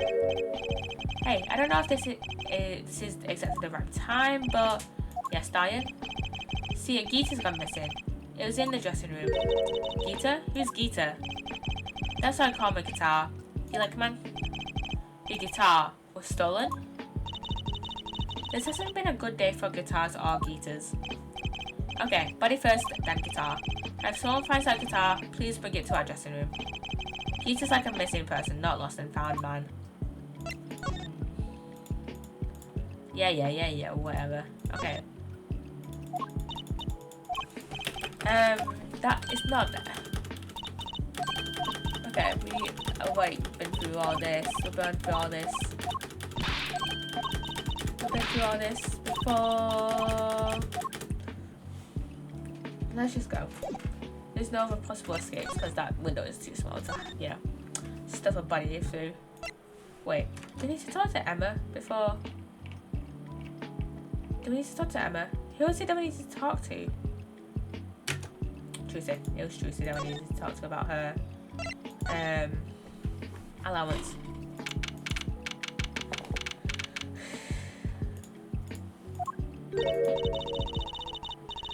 Does something seem different to you, Apollo? Something is definitely a hit different here. Let's check it out. Wasn't something here? Wasn't something here? I'm not sure that's all that important right now. Let's check out that thing in the middle of the stage. Oh. This? That stage there must have been lowered before. That's the tower that Lemon Round Prosecutor Gavin was sitting on. Someone must have raised it. I don't see a way to control it from here. Apollo, what about that ladder right there against the wall? We could use that to take a look at the top. Maybe we should get Emma. What are you talking about? We have to see this sort of things for ourselves. I'm not so good with heights. Stop whining and start climbing. Ugh. It didn't look that high from below, really. When we got to the top, I felt every one of those 15 feet down. Of course, I wasn't thinking about the height anymore. Not after what we found up there. Eek! We found two things we were looking for, and one thing we never expected to find. Oh! The body, the guitar in hand, and the pianist, Machi Tobai. I don't know if it's Tobai or Tobe. Is Machi dead? Okay, we're back at Right Anything Agency. Well, that concert last night's show went south in a hurry. No kidding. Why did they arrest Machi? Why? Oh wait, he's not dead. Don't look at me like it's my fault. Machi Tobe, the blind pianist, arrested on suspicion of murdering Romain Latouche. I can't believe such a cute little boy could do something so horrible. I guess he had proof of some kind. What proof could possibly prove that? Morning, Prosecutor Gavin. What a night, eh? I apologize for being so upset.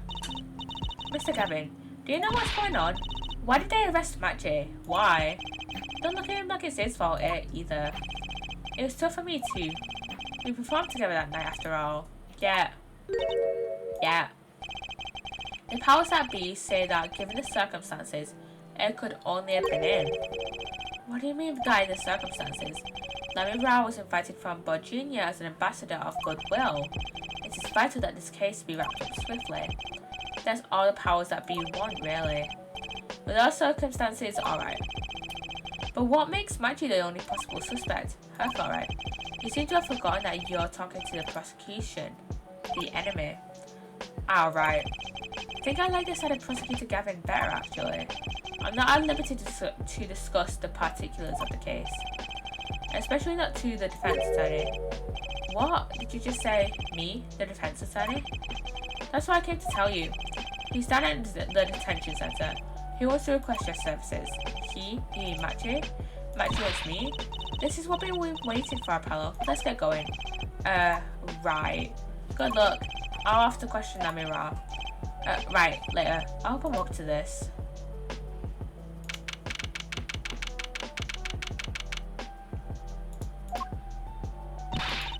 Well, I just don't get it. I refuse to believe a cute little kid like that could do something so terrible. You said that already.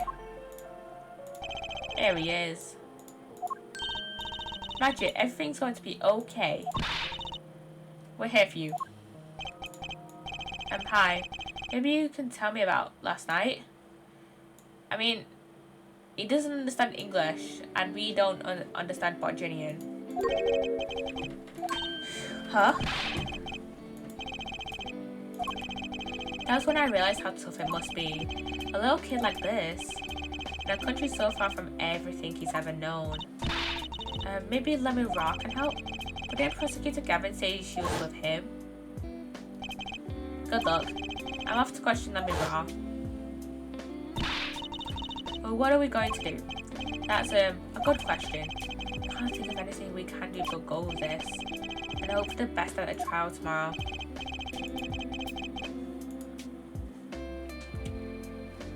To be continued. We have okay, we have 2 parts of this game case. Yes, we have left before we go into end stream. We have the trial and then we have an investigation.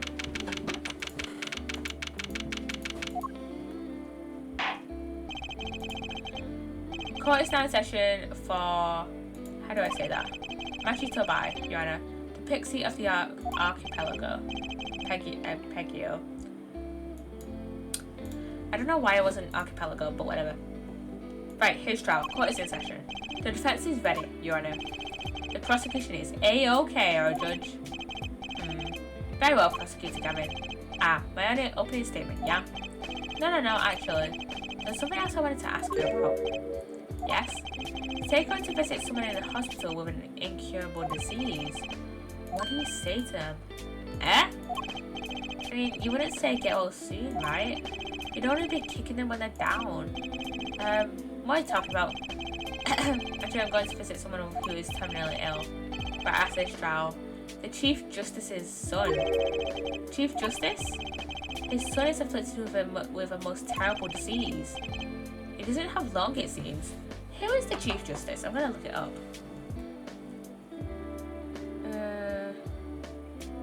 Chief Justice.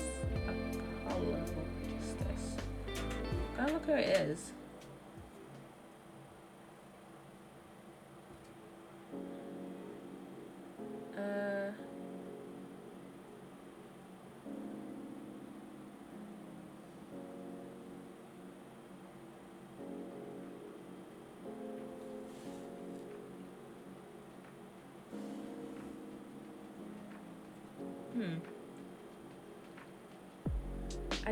I don't think we know who he is. I mean, he doesn't have a character wiki, so whatever. He doesn't have long, it seems. So I thought I'd go pay him a visit. I thought saying something moving might be the order of the day. I don't go out to just say what's on their mind instead of pretending. She's looking at me with something like disgust. Hey, why are you looking at me like that for? In any case, I'm a bit busy today, so let's wrap this up quickly. Prosecutor Gavin, your opening statement, briefly. You're in luck, Judge. I believe you'll be going on your hospital visit sooner than you think. First to review the victim in this case. Romaine Latouche, age 35. The global manager for Diva Songstress,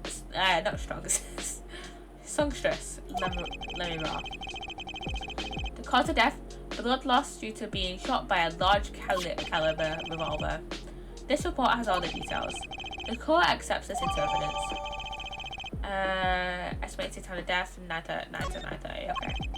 45 caliber, that's quite large, isn't it? A direct hit from that could knock a man off his feet. However, the bullet struck him in his shoulder. The damage to the body was slight. Death was not immediate.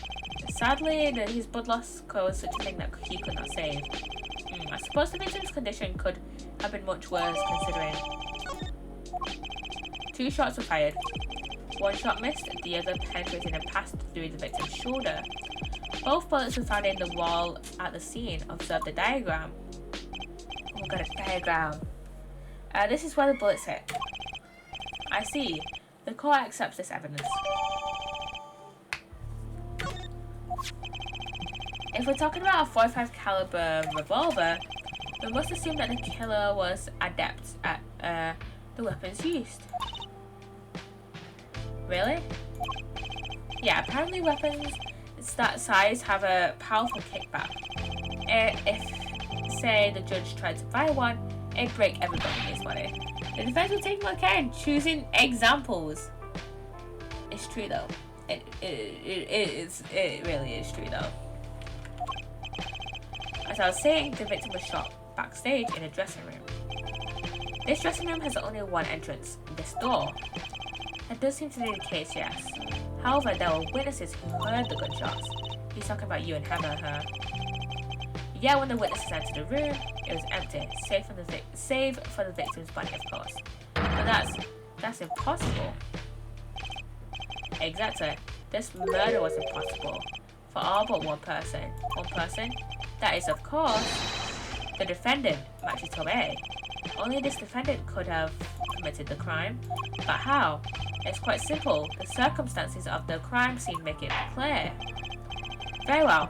I assume you have testimony to back up this claim. Please show the witness to the stand. Emma! It's Emma Sky. Your name and profession, please. Emma Sky. I'm a detective for the police department.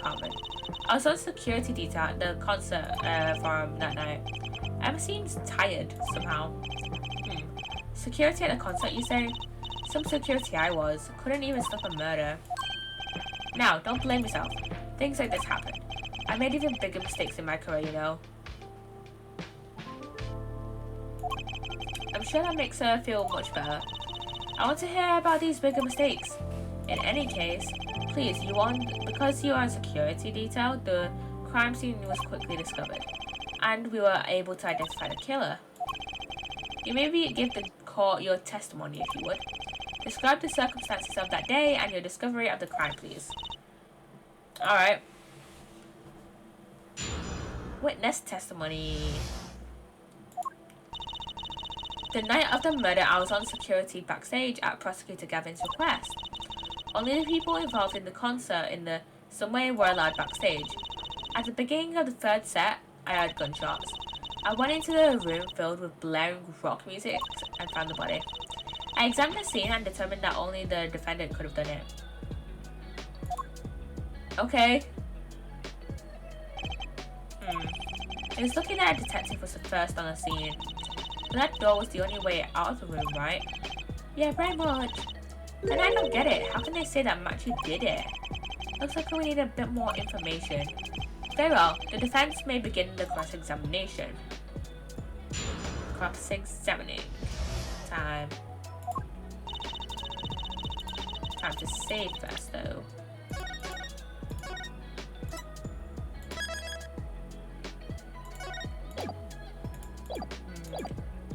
Hold it! The night of the murder was the night of the concert, yes? That's right. What was the detective doing on security detail, might I ask? If it was only a concert. My thoughts exactly. But orders are orders, even when they come from rock gods. Prosecutor Gavin? Yes, allow me to explain. I smelled something that day, you might say. The stench of conspiracy. That day at the concert hall. Conspiracy? Well, isn't it obvious? My keys. That whole morning, no, the whole day. Sorry. Was ruined. It's not because someone stole my keys. I couldn't find my hook to show. I couldn't open my guitar case. There he goes again. Isn't it possible he simply misplaced them? Misplaced them? Misplaced items don't just wander into a murder victim's hand on their own. What's this? Prosecutor Gavin, if your hands were in the victim's hands, that makes you a prime suspect. Exactly! Exactly. Love starts and ending. Actual Queen 9. But also he was on stage, so prime suspect he is not. It's waiting for you. Here's something. Does everything with this guy have to be so over the top? Yes. Yes, it does. The killing happened in the middle of my concert. I was, like a sailor, adrift on a sea of sound. Anyway, I didn't want anything else stolen, so I put the detective with the most time on their hands on the task. I see, I can accept that. Well, I can't. What do you mean, time on their hands? Please, the testimony. Hold it! We were let in know. I didn't know about that. I certainly didn't invite you.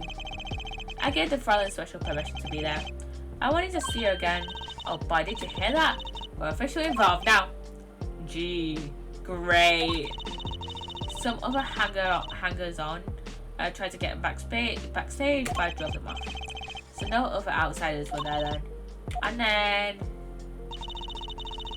press this one. Hold it! I believe we were having a chat when we heard the shots. You're the one chatting. I was eating snackies. Hey, no snacking in court. And you're sure the shots came from Lemmy Ra's room? Yes, absolutely. Hey, I'm the one being cross-examined here. Hey, this will keep it quiet. That don't... Ah, thanks. So, how about it, Emma? We were right there. Hard to be mistaken about that. Please, either talk or eat. Not both at the same time. Right, so after that, me and Mr. Lawyer there opened the dressing room door. Hold it! Rock? Blaring, yes. When you say rock, are you referring perhaps to this rock and roll music that's so popular these days? That's right. When we went into the dressing room, music was blaring over the speaker on the wall. It piped sound from the stage into the backstage through speakers. That way people in the back can hear when they're supposed to be on stage.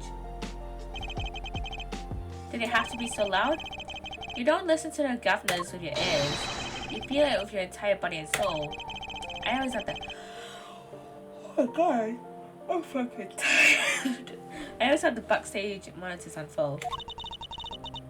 When we walked in the room, the band was playing Guilty Love, I believe, making it easy to determine the time of the crime. If you could hear that music playing, everyone on stage for that song has an alibi. Dun dun dun. I couldn't myself. Anyway, I closed off the scene and started my investigation. Hold it! How could you know something like that?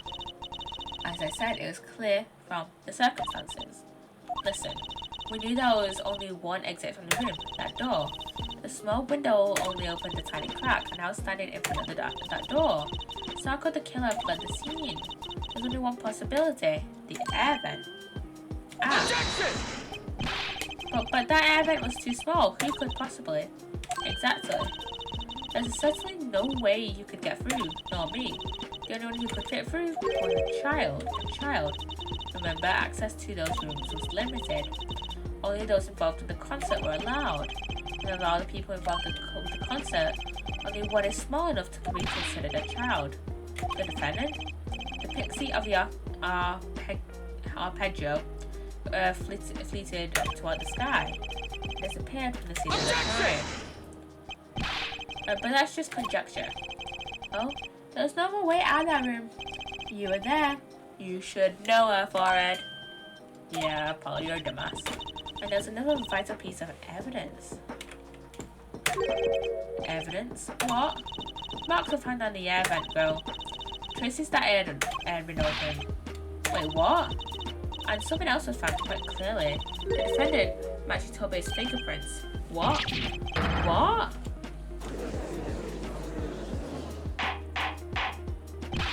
Order. That air vent was the only way out of the room. The defendant's fingerprints were found on the grill. Well, her forehead? What fairy tale does this suggest to you? Only one could pass through that vent and that doorway to heaven. And now what is our pixie? Why are you looking at me, Apollo?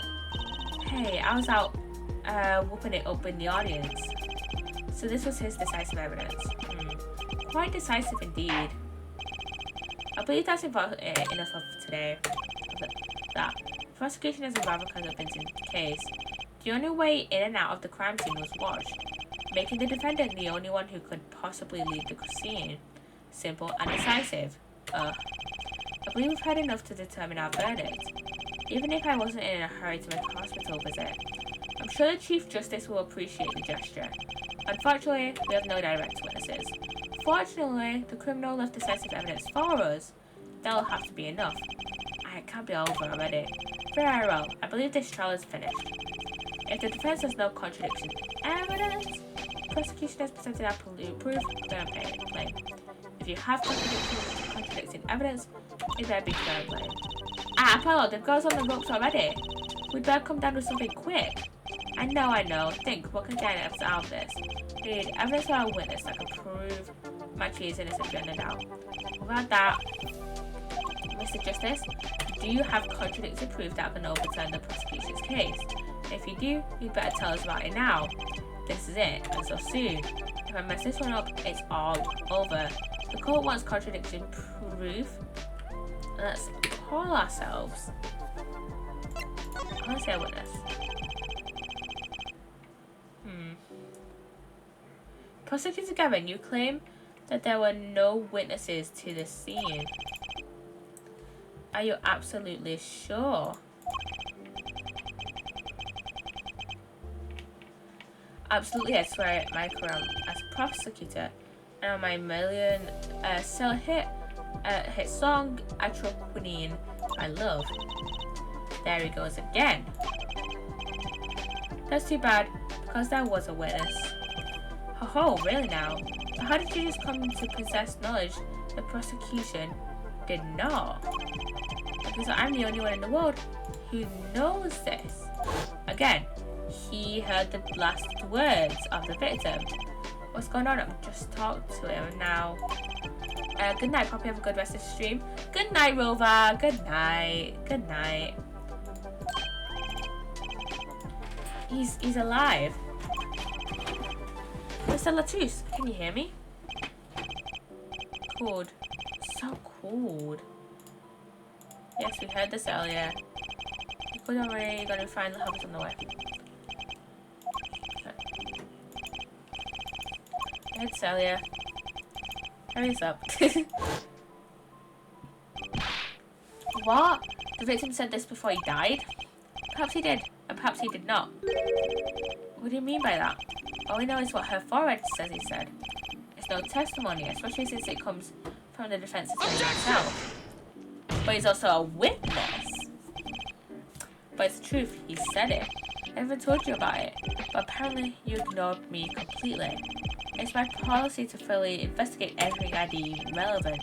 Clearly, this rookie lawyer thinks he can tell me how to do my job.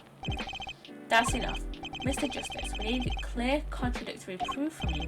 This witness of yours, unknown to the prosecution, I hope you're right. Failure carries a stiff penalty. Perhaps a stiffer penalty than usual call for. There's no backing out now. Let's say the name of your witness, Mr. Justice. That would be our lovely, lovely siren, Lammy Raw. Lammy Raw? Recall Mr. Latouche's last words. The witness is Siren. We know this. The siren. Aha! He meant the siren. That's right. The siren of the ballad, Lammy Raw. Lammy Raw was only on stage for the second set. And she had access to the backstage area. She could have been a witness. I see. Will prosecutor Gavin? There's no witness to this crime. Very well.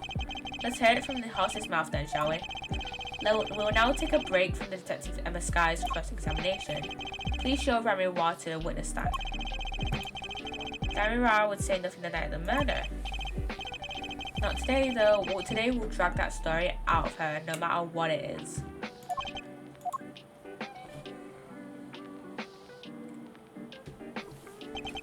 It is my distinct honour to welcome the siren of the ballad to our courtroom. You are too kind. You can speak English? Yes, I can. Though I am not very good. There is much I do not know. You speak so well. Have you spent time here before? Actually, I do not know how I came by my knowledge of your language. Nor where I studied it. What does she mean she doesn't know? I too thought to call her as a witness, but I did not. I had a reason, of course. What's that? Lammy Ra suffers from amnesia. Amnesia? Lammy Ra is not my true name. Yeah, I remember nothing of the time before I was given it. Nothing of the time before I started singing on stage. Oh, she's even more mysterious than I thought. As a lauded singer Lammy Ra, she lives a good life. There are little difficulties for her, thanks to her success. Yet I did not wish to subject her to unnecessary stress. I see. I care surprisingly little about people's past. You have nothing to fear in this courtroom, Lammy Ra. Thank you. Yet there is something that I do not understand. I'm being called as a witness. What am I to say? No one will tell me anything of what happened. Let me be frank. I did not want to ask you to appear to testify. Yeah, that young gentleman with the wide forehead over there was adamant that you stand. Oh my. Congratulations, Apollo. You're the bad guy. Yay.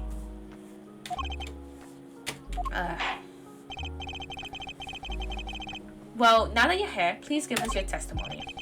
If nothing else, the sound of your voice is welcome. Tell us what you saw the night of the crime.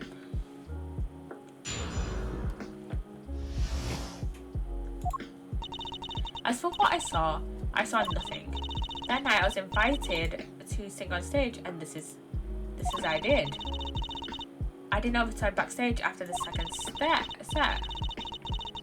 Then I was led by the police to Mr. Gavin's dressing room and told to wait there. That was where I learned that something had happened, but I wasn't told the details. I must say, you sound wonderful just testifying. I hope he was too distracted to hear what she was actually saying. There you have it. She saw nothing that night. Now we can only pray that defense has sense to admit defeat and refrain from detaining her here longer than need be. Well, you just got better, Apollo. Way to go. Ugh. Very well, Mr. Justice. Keep it short and sweet. Let me rather and talk to me the night of the crime. She must know something, and I've got to find out what. Cross-examination time. Yeah. Let's save here.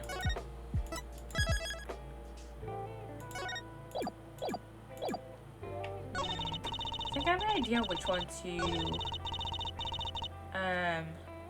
present evidence on. I think it's this one. Objection!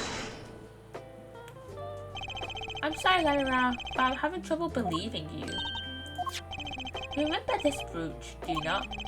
Well, that's Lara. She was wearing it for her song. Care to add that to the testimony, Prosecutor Gavin? What?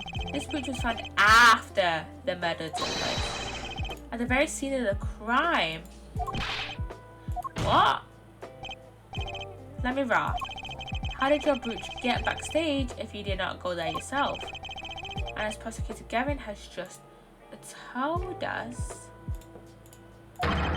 you had been wearing it during your performance that night. I swear, why does the judge seem to always believe the prosecution over the defense? I swear.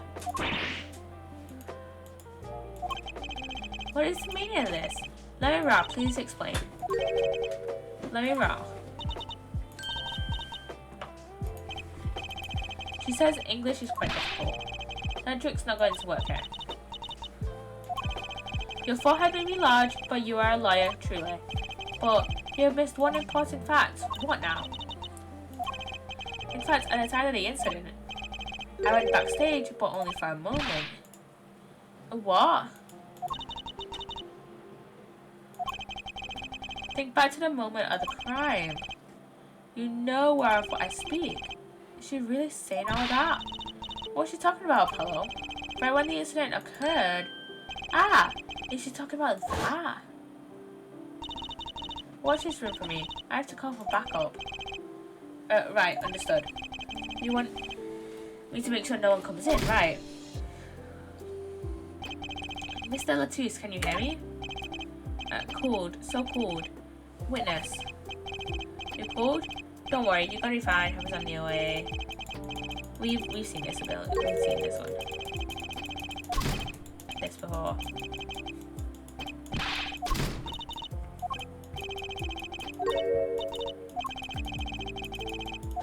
Yeah, we have. I really thought that was Emma then. Just a glance behind you. So this is when you dropped your brooch dropped? That explains that. It does. There was no other time I could have dropped it. But that's ridiculous. You only looked in for an instance where you dropped your brooch. Her forehead. She has raised the possibility. The only thing that can counter that is evidence. So she looked in at the crime scene. Actually, I intended to go into the dressing room. I knew nothing of what had happened, of course, but the moment I opened the door, I heard a horrible voice. Her forehead shouted, "Who's there?" No doubt. A horrible voice indeed. Ugh. I closed the door immediately. Well, that explains the brooch. Let us return to your testimony. That's too convenient. She's hiding something. Let me raw. You did look into the room though, right? Yes. Testify as to what you saw. Very well, though it was only the briefest of glimpses.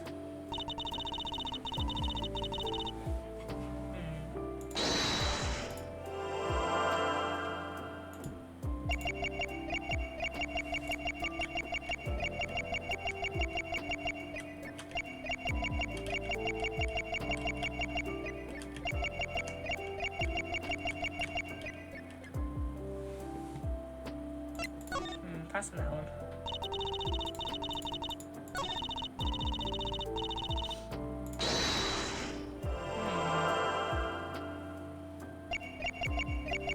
I saw nothing.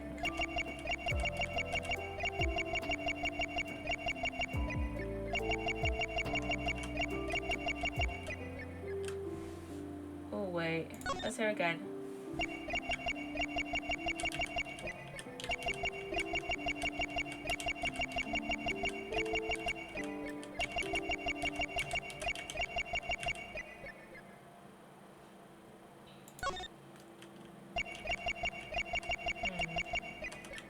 Maybe we can see her hands.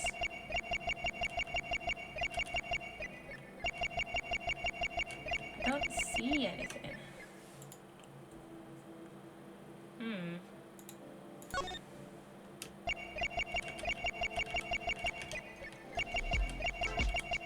Oh! Gotcha!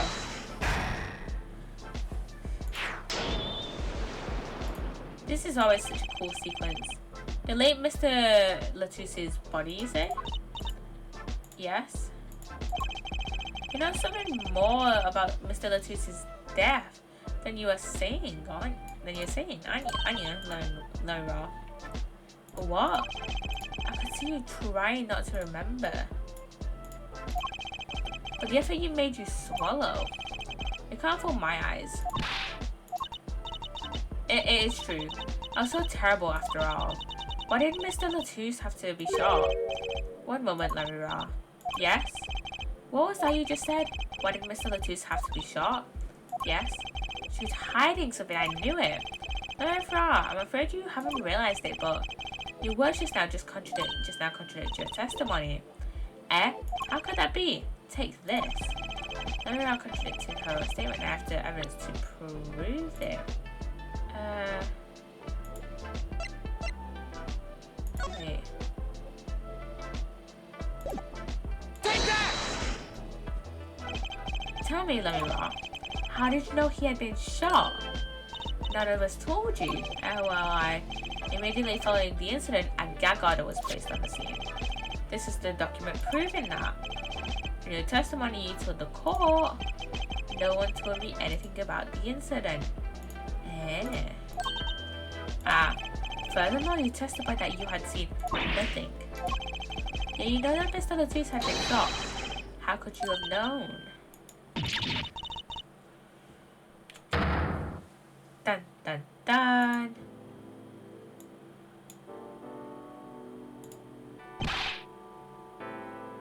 Lamira, you aren't hiding something from this court, I hope.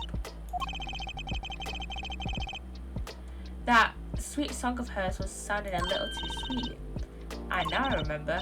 Please allow me to add it to my testimony. Of course. All we want to know is the truth. She looks kind of pale. She saw something. I know it. Even the victim said so.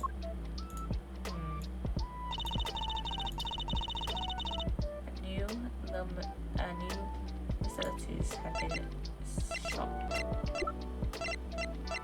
Objection!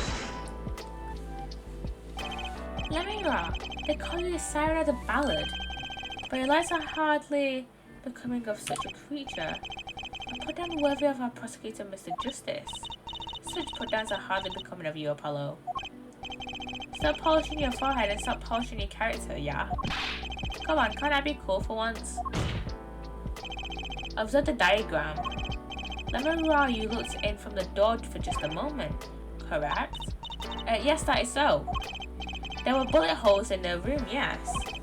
But they were in the wall the door was on. You see, assuming you merely glanced into the room, you couldn't have seen those bullet holes. Yeah! Exactly. Lemon Raw. Yes? I'm afraid the defense has raised a good point. It appears you have been holding back something. And I must tell you what it is that I saw. Yes. The happenings in this trial are being recorded. I'm certain it will be on the news in Virginia. You understand your reputation is at stake. It falls to you to avoid tarnishing it. Personally speaking, I still believe that cross-examining her will yield us nothing. Absolutely nothing. But you knew how Mr. Latouche died. They named her as a witness. You must have seen something, Lemon Raw. Very well. Lemon Raw, please continue your testimony. Very well, I shall.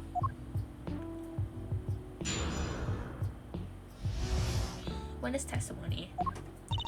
I was on my way from the stage to the backstage exit. There was something like a little window there. That's how I saw it. There were 2 shots. I couldn't do anything to stop it. But it wasn't Matty. It was a grown person. I know it was. And how could they have escaped then? So you did witness the crime? And the killer was a grown person, you say? This is my first time hearing this, I assure you. Nice play, her forehead. Very well. Mr. Justice, you may begin your cross-examination. Great going, Apollo. You were right about Lemon Raw. What's wrong? You don't look too happy. This whole thing smells fishy. That's what's wrong. It's her statement.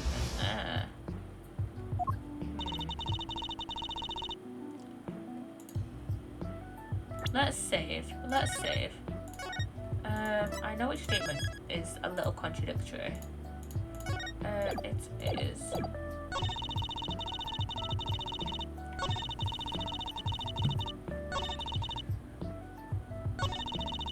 It was this one. A grown person. That's a little vague. I am sorry. My skills with your language is lacking, I know.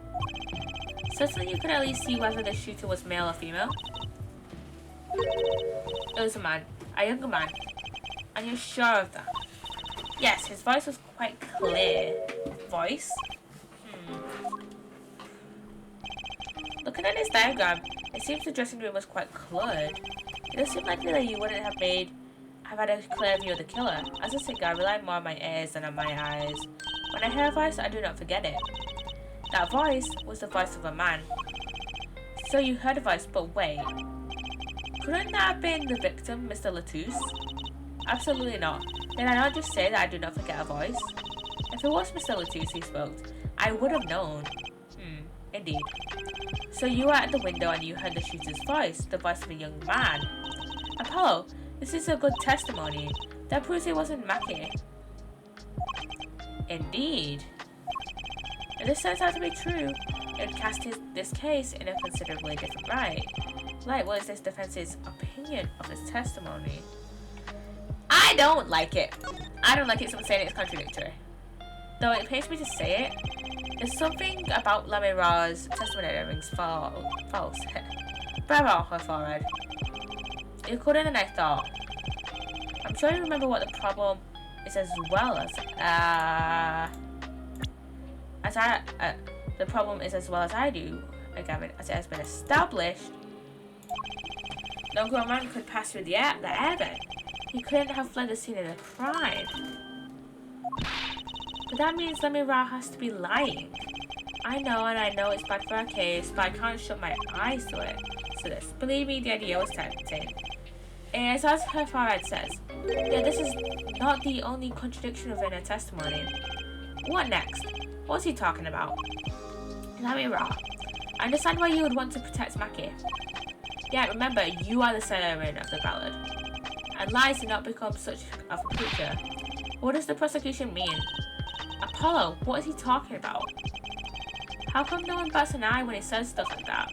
I recall the state of the crime scene quite well. The state of the room. Yes, and when the murder took place, that window was closed. I find it hard to believe you could hear a voice through it. What? But I'm sure. Let me rock. I have nothing but the highest regard for your musical sense, but my opinion of you as a witness is somewhat lesser. But she's the only eyewitness we have. I mean, we have Emma. So we say, and the victim named her, the siren, as the witness. That's right. That's what Mr. Latouche heard your claim. We even entertained the possibility, and it brought us to this. Her judge. Yes? The prosecution requests that the witness be excused. Please. I'm afraid I must honor the prosecution's request. Fuck you. There's indeed a question of the witness's credibility. But if Lemon doesn't testimony, then we don't have a chance of proving Mackie's innocence. This cross-examination is over. Prosecutor Gavin, you may continue making your case. Dank. Now where were we? Ah yes, I would like to hear from Fräulein. Wait, let me hear Lemon testimony one last time. But the cross-examination is already over. Until such a time as a need rule requires, this witness may leave the stand. I'm sorry I could not be of more assistance. Come on. I want to hear Emma's testimony again. At last, back to the real trial. Ready, her forehead? I hope I didn't just miss my own chance. Fräulein Detective, how far had we gotten until we were rudely interrupted? Don't ask me. I just like saying the same thing twice, and I never repeat a song for an encore. If you would, Miss Sky. I believe I was saying that the only way Mr. Latouche's killer could have escaped was through the air vent on the ceiling. Ah yes, there was only one door in the room, and a witness, you say, was standing in front of it. That air vent isn't very big, you see. Kind of limits the people who could possibly get through. I certainly would have a difficult time. You sure would.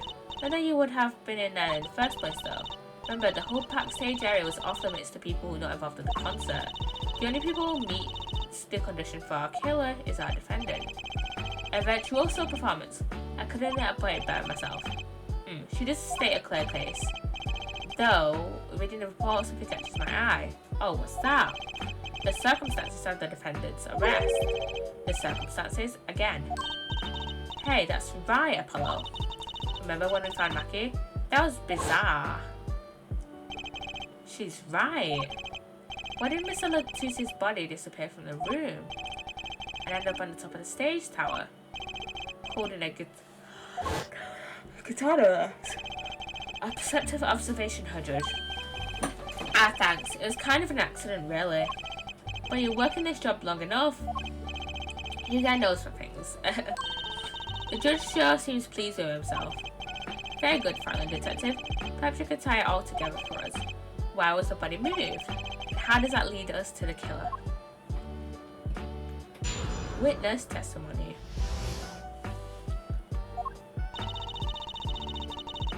I believe Mackie stole the body of some lyrics. Because of some lyrics, he moved the body to match Lemira's song. No one in this country had a motive to kill the victim, and Mackie practically left his signature at the scene. Nuh-uh. All this evidence clearly points to the defendant. Lemira's song? Yes, the guitar serenade. You noticed it's code too, did you not? It's code. All the events that day followed the lyrics to our song. First the key my heart first the keys my heart held on to so tightly was stolen. Then Prosecutor Gavin's guitar burst into flames on stage. Mr. Latouche's life was taken by a bullet. The rest hardly needs explanation. Guitar, up together to the sky. That's mad. It's like a story out of some fairy tale. I admit, I'd forgotten about the song. Though there it is now, waiting for me. Grand finale, as it were. Hey, you know I was the one who first noticed that. I've heard of jumping rope to songs and counting to songs. But killing? It's a wild world out there, I judge. Very well. We've heard one song and dance. Let's go on to the next. The cross-examination. I'm not sure I'm going to be doing much singing. Yeah. Don't think we will be.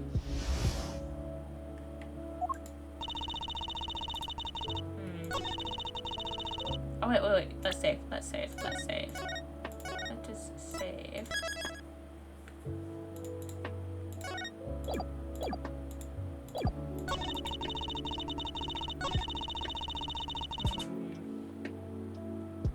I don't think he did though. I don't think he did. Hold it! What do you mean by his signature? The bullet holes in the wall, of course. The bullet holes? The revolver was fired twice. My shot based at the hole in the wall. God, I'm tired. And that means what exactly? That dressing room isn't exactly spacious. Picture the shooter facing off the victim in there. They can't have been more than 5 feet apart. It would be difficult, almost impossible to miss that at that range. Difficult to miss, you say? Very. Assuming the shooter could properly aim. No, you can't be serious. Actually, he can't see. That's why he missed. It's the only explanation that makes sense. He used sound and other senses to fire the gun. Poorly. That reminds me, the monitor in that room was blaring at the time, yeah? How the ideal conditions for tracking sound, a blind shooter. No wonder he missed. I knew those bullet holes would come back to haunt me. Thank you, Justice. What do I do now? Raise an objection. Sure, there are bullet holes left in the wall. But that doesn't prove the shooter couldn't see. Oh, how so? Well, there could have been a struggle with the victim. That's certainly possible. And it might have been the revolver's fault. The revolver? The revolver was a very large caliber, correct? If the shooter wasn't used to firing such a weapon, why it could dislocate their shoulder? Exactly. The defendant, Machitobe, is, as you can see, tiny. It's not so hard to picture him firing the gun and missing entirely. The kickback alone would have thrown off the aim. A convincing argument to be sure. Aha, take that, smug prosecution. Apollo? Huh? What? That bit about Machi being tiny? And the gun throwing off his aim? Aren't you kind of, admitting that he did it? Oh. It does not matter why he missed. What matters is that the shooter was, without a doubt, the defendant. Even the defense seems to agree on that point. Cripes, I really put my foot in the hole. But let's get the facts of the matter record. Missed a bit of it. But let's get the facts. I really put my foot in it this time. But let's get the facts of the matter on the record. If you would, Fräulein Detective. Very well, the witness will add this to her testimony. Right.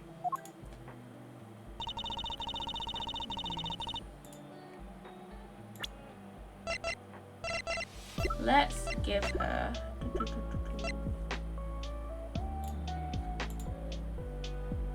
Objection! The prosecution holds that the shooter couldn't see. A scientific conclusion based on a thorough examination of the crime scene, yes. Apparently not thorough enough. I have a certain piece of evidence that completely overturns your claim. What? This is that evidence. The photograph of the crime scene. I don't care much for the smirk of prosecutor Gavin's face. But this is no time to think twice. Time to press on. Yes, Your Honor. Crime scene. There is something in here that decisively contradicts the prosecution's point. Then perhaps you show us something. Can you figure out the breeze and put it to good use, yeah? Very well. Show us what you're talking about, Mr. Justice. Contradiction at the crime scene is... Take that! The contradiction is right here. The smeared blood stains? I thought it was just my blurry vision. But it really was blurry. The way the victim's hands is raised above his head. Much like a gesture I have seen many times in this court. It's almost as if he wrote something. Aha, I get it. At least I think I get it. Get what, Fräulein? When Mr. Latouche was shot, he tried to write something. And what would he write but the shooter's name? And what would he write it in by his own blood? Pretty good, eh? Thanks for making my point for me. Yes, in fact, that's what I think happened here. There does seem to be a distinct possibility. The victim wrote the killer's name. It's certainly a logical conclusion. I just wish it wasn't all rubbed out like that. Of course it's rubbed out. Why, if I were a killer, I certainly wouldn't want to leave my own name behind. Neither would I.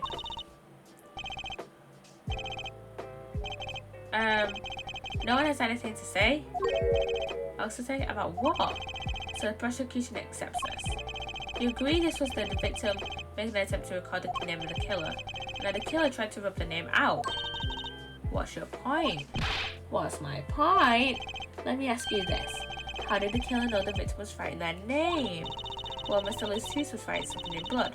Once the killer saw what it was... Wait, Damas. Once he saw what it was?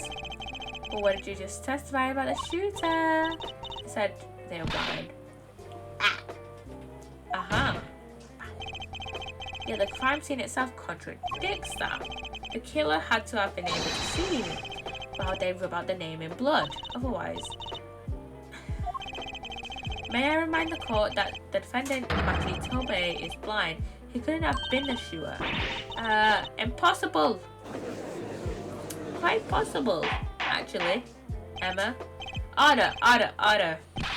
Prosecutor Gavin, please explain to me what all this means.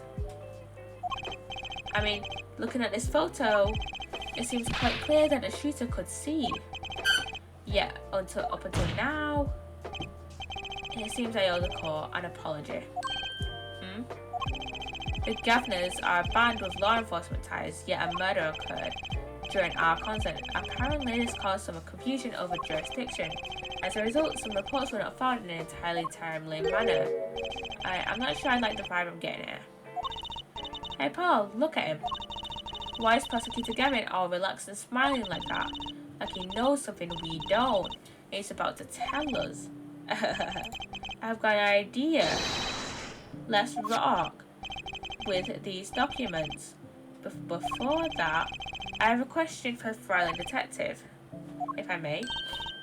What? Tell me, why do you think that Machitobe is blind? Huh? What did he say? What are you saying? Of course he's blind. Of course. He's the blind pianist, right? So he's... Isn't Lemmy Raw leading him around by the hand all the time? No way. I have a report here on the defendant Machitobe.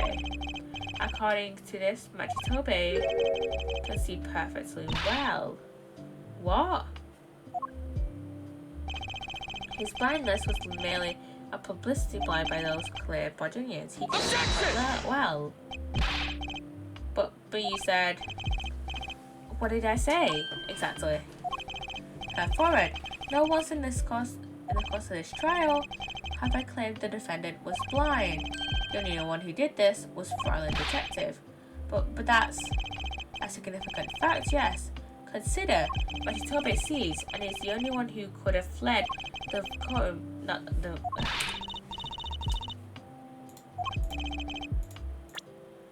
he was the only one who could have fled through the air vent. I see no problems with this. But what are the bullet holes in the wall? Yes, the bullet holes. I believe her forehead neatly explained those for us. He didn't miss because he couldn't see. It was the kickback from the 45 caliber revolver. A simple accident, in other words. Ah! How's that? I'm afraid your objection has just flown off back to skies. Ugh. This is where the real fun begins, her forehead. Ah!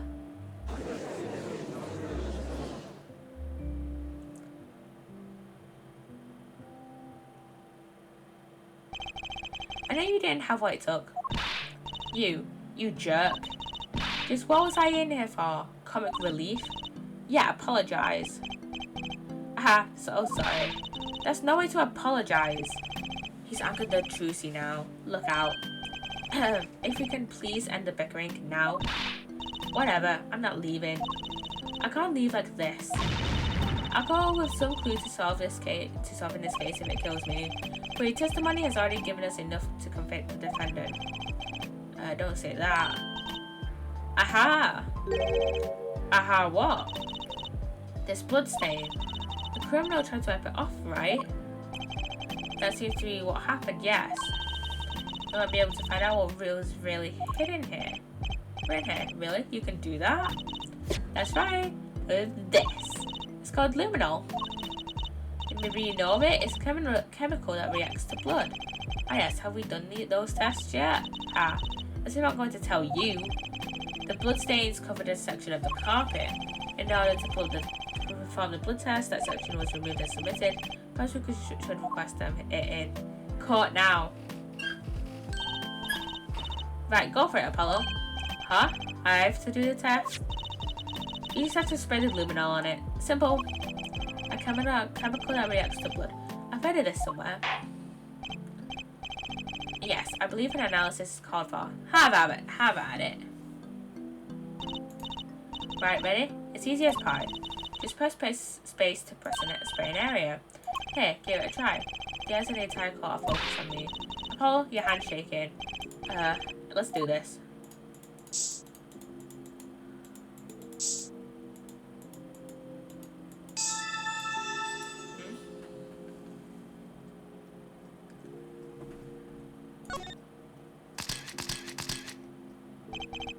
Wow, it really works. This must be the power of science. It says IPXX314206. Is that the killer's name? Maybe it is. Killer was robot. Aha, I have it. So, what is it? I thought those letters IPXX looks familiar. This is an Interpol ID number. Interpol? You mean the International Police Agency? Yes, most are undercover agents looking to solve international crimes. But why would he write that number? Why would Mr. Latouche even know a number like that? Good show, Fraulein Detective. Rock on. Eh? Your Honor, we can verify this number immediately. Diane, are you there? Come up to the witness stand.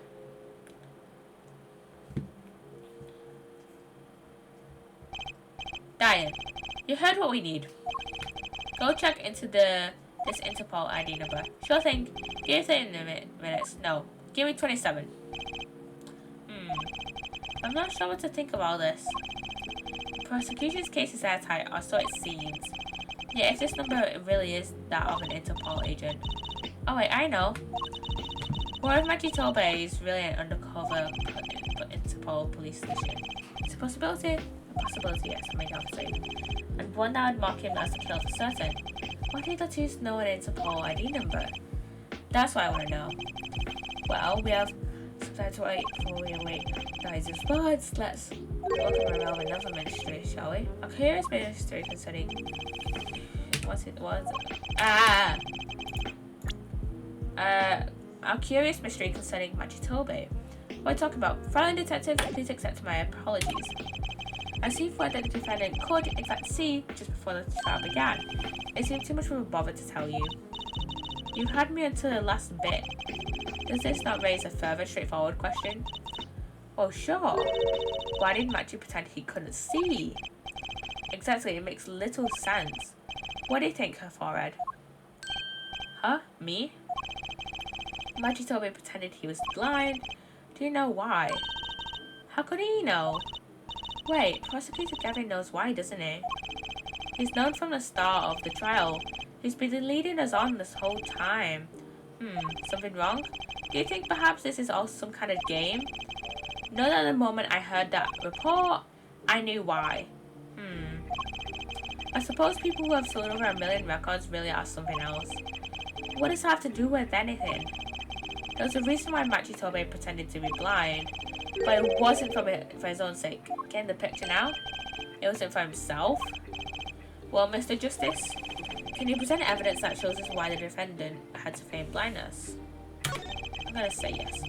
Machi had no reason to pretend he couldn't see, which means no, it couldn't be. Good show, her forehead. It seems you thought of something. Why can't I figure these things out on my own? I hate having to take cues from this guy. Very well. Look at this. This is why he was pretending he couldn't see. I think it's this. 16. Take that! That is Lemon Raw. Lemon Raw and Machitobe. Recall their relationship. In particular, the unique arrangement over the years before visiting our country. Lemon Raw and her pianist. They would always walk together, she leading him by the hand. Even when they got on stage, she would leave him to the piano. She would walk all the way over there with him. That's right, because he was blind. She led him on at all times, never letting him go. All times. Yeah, we have just learned something about that makes their arrangement peculiar indeed. Machi could see. Why did they have to keep up this act the whole time? Wasn't it a part of their performance? I think there's a simpler explanation. Machi did not need to be led by the hand at all. That could only mean one thing. Really? Really? It was all the other way around. The one who needed to be led by the hand was Lemmy Ra. What's this? So you mean to say that Lemmy Ra is she's? Yes, Your Honor. Lemmy Ra is blind. What?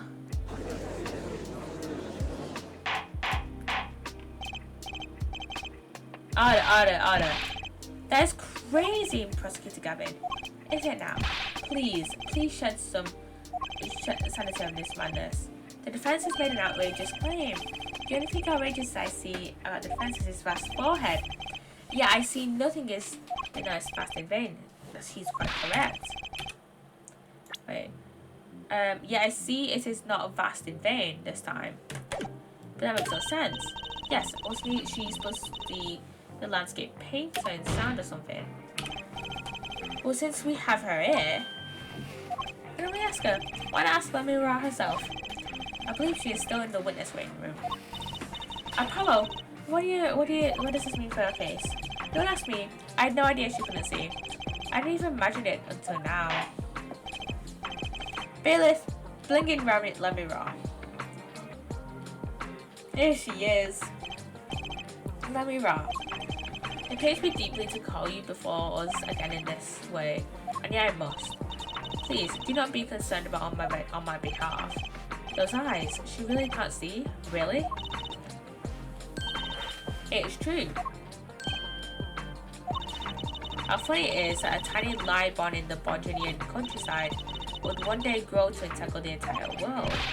So you are, yes, as mentioned before, I have no memory of the time before I became Lemmy Ra. Know too that my memory became beginning darkness. The word light has no meaning for Lemmy Ra. I see. You may recall to me saying something towards the beginning that struck out her forehead. What's that? I believe I said it was unfortunate this crime had no direct witnesses. Ah. Now, Lemmy Ra, I must ask you to stand once more. Will you testify to the court about your eyes? Of course. It was never my intent to deceive any of you. May I begin, Your Honor? Yes, of course. No, I admit I'm a little lost here. I think we're all a little lost here, Your Honor. Yep, very, very lost. Very lost indeed. I have no memory of the light. I debuted in a world of darkness and sound. My producer came up with the PR line before he knew this. So silly as it may sound, I had to pretend I could see. Everyone on my staff knew, of course, but no others. But this is a murder trial. I apologize, it was part of my contract, you see. I was to keep my blindness a secret, no matter what. Music is everything for me. I never imagined something like this would. She told us the truth in the beginning, when she said she saw nothing. Very well, does the defense have anything to add? I'd like to cross-examine. But what is there left to ask? There was one thing in her testimony that bothered me. Perhaps it is best we let you get it out of your system, Someday you'll come to understand the importance of thinking for yourself. Farewell, the defense may proceed. However, be aware the court will not tolerate any questions deemed too stressful for the witness. Okay, there's only one part that bothered me. Just let me ask about that and I'll be happy. Cross-examination time.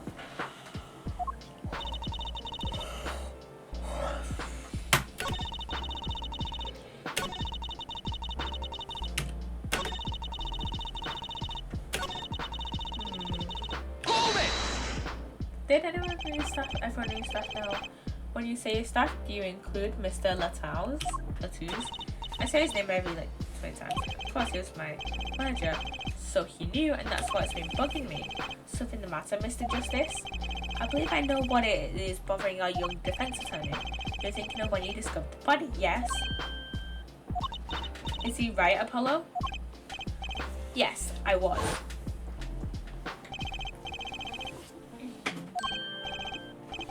He's alive, and we've seen this all before. Seen the scene all before. Why does this case insist on bringing back 30 different flashbacks?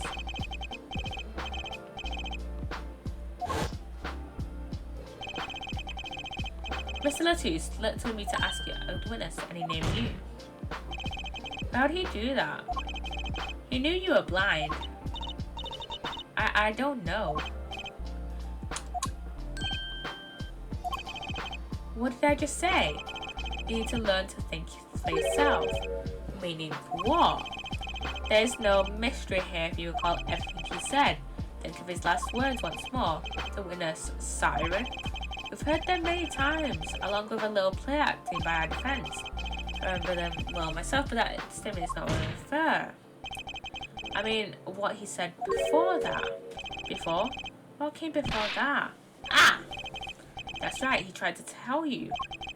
When he said he can't see, he wasn't talking about himself. He was talking about the witness. I see. Too bad the defense did not. Well, Farad, try relaxing and looking at the facts the first time next time.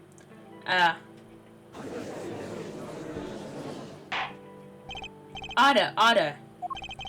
Recall Lamira's earlier testimony. I was on my way from the stage to the backstage exit. There were 2 shots. I couldn't do anything to stop it.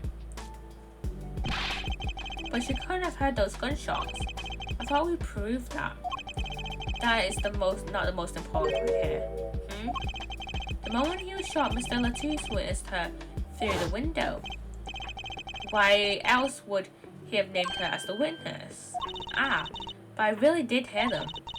2 gunshots and a man's voice. Unfortunately, such a thing was impossible. The window was closed. We've already run a simulation, of course. But it was so clear. If I heard that voice again, I would know it in an instant. Your Honor. What is it, bailiff? Can't you see we're in a session here? We have the results back from the investigation. The investigation? Ah, the Interpol number that Mr. Latous left us. Well, let's hear it. We will continue this cross-examination afterward. Detective present, your report, please. There he is. I asked Interpol about that number. I'm sure I'll find that answer intriguing. Quick word as always, Diane. Well, tell us about it. The number. Tell us about the number. Is the defendant a secret agent? That one. The agent registered under this number was Romain Latous. What? Our undercover Interpol agent was Mr. Latous himself. He was apparently in the middle of an operation. So when he wrote up those letters, he was trying to tell us his own identity. And a cautious killer tried to wipe them away. Mr. Latous was an undercover Interpol agent, so him being Lamira's manager was just a cover-up, most likely. There's only one other important detail I found. Well, that was it. It concerns that 45 caliber revolver, the murder weapon. Apparently it belonged to Romain Latous. He had an Interpol permit to carry firearms, and the registration number on the revolver matched. So the victim was killed with his own weapon, which makes sense. It's hard to imagine someone who wasn't an Interpol agent with such a large revolver. So the victim was an Interpol agent on an undercover operation. So I wonder how that ties into everything. It's good to tie in somehow, you think? Yes, somehow. Thanks for looking into that for us, Detective Crescent. It's a great help. Oh, no problem at all, Yana. I'll be heading out.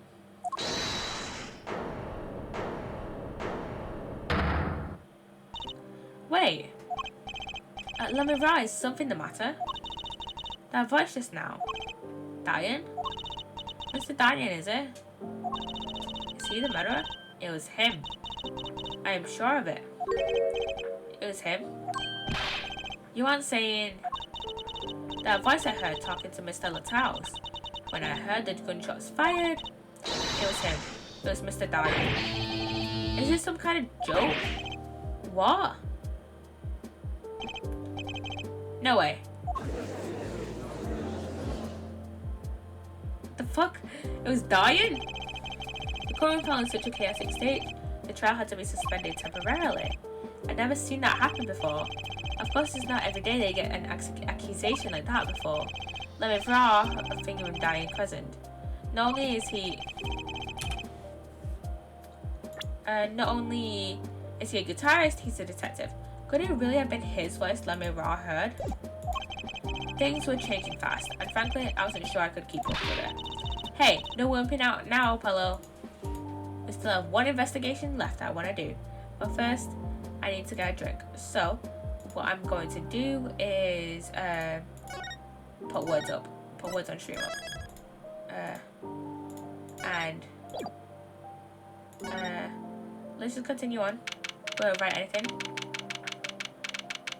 Go to options. Okay, I'm gonna switch over to words on stream because I need a drink. So gonna just touch. Okay.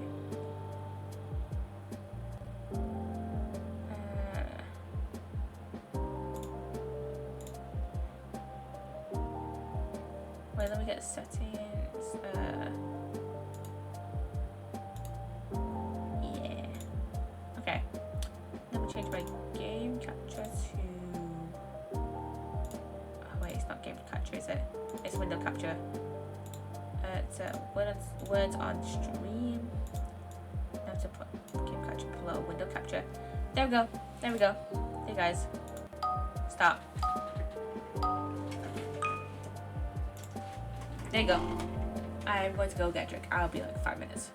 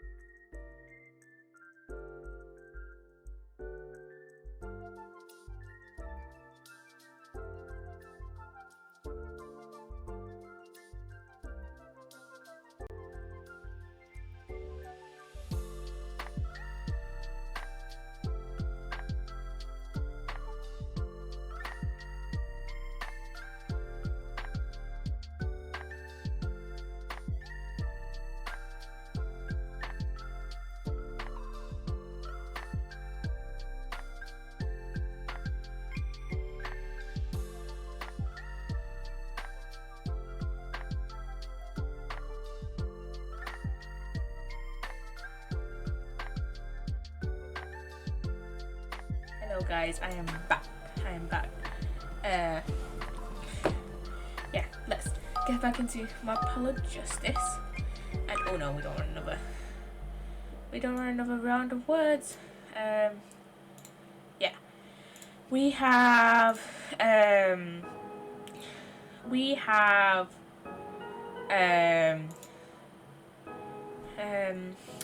one investigation left, and then I'll do the trial on Sunday. So yeah. So yeah.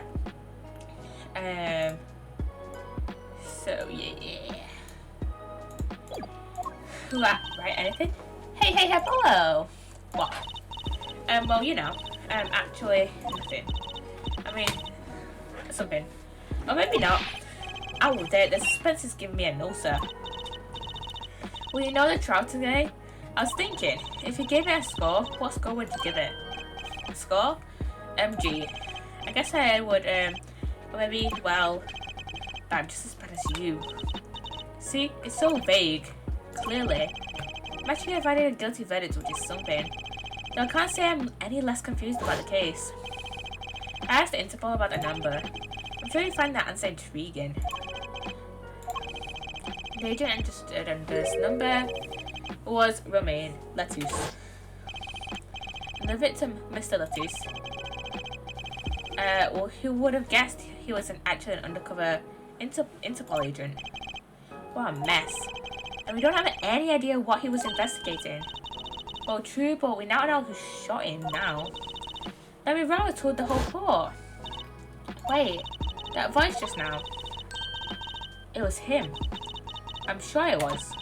That voice I heard talking to Mr. Lettuce when I heard the gunshots fired. It was him. It was Mr. Diane. It's another mystery. Hello. I love mysteries. I don't. Speaking of mysteries, what's Mr. Wright up to? I wouldn't mind asking his opinion. Now you mention it, I haven't seen Daddy around. What? Is he some kind of stray that just wanders in and out at will?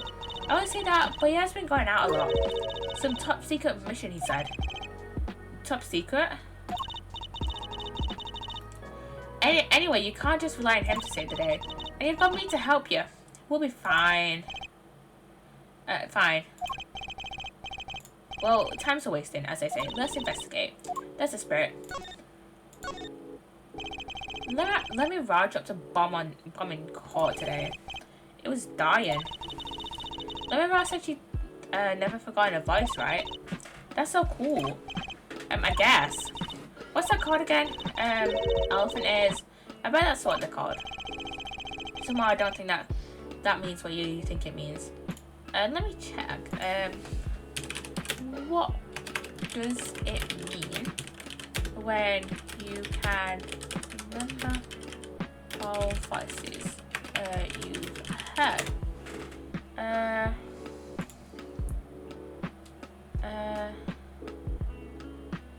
And it just is coming up with what? Sorry, hallucinations.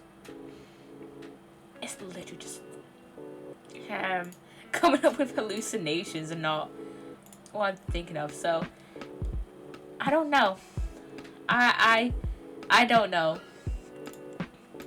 Somehow I don't think that means what you think it means. And she has to be wrong this time. Wrong? Why? I mean, look. Those gunshots were right during the concert. That's right. I was burning up the dance floor at the time. Right, did you happen to look up on stage? Maybe a Diane even. You bet I did. He's one of those governors, guitarists after all. He's so cool. Oh, right. All the governors have a rock solid alibi. He couldn't have shot Mr. Latouche backstage. But Lemira heard him, didn't she? She heard Diane backstage, right? Somebody's either wrong or lying very badly here.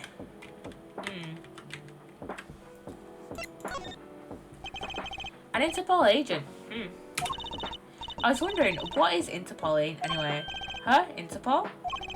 They're the guys who catch international criminals. Why can't I just call them international police instead of making up some silly name? Yeah. And you think he was investigating Lemira? What? Why would anyone do that? She's not a criminal. She couldn't be. Don't be fooled by appearances is all I'm saying. But remember, I'm a magician, Apollo. I can spot a palmed coin at 50 paces. If only it were that easy. In any case, we know he was working on something. I wonder if it was something that he has something to do with something.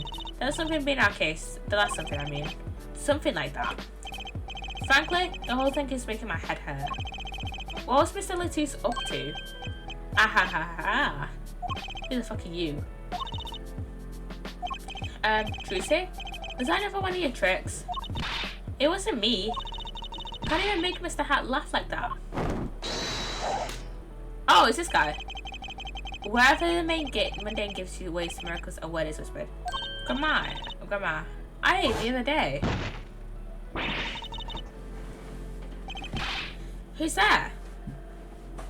Yeah, that guy. I keep forgetting about that guy. We didn't just imagine that, did we? He's wearing a silk hat. Friend of yours? Hardly. We meet again. Nice to meet you. Who are you? Could you please stop smacking it like that? Ah, it's you, Uncle Valen. Uncle Valen? He's your uncle?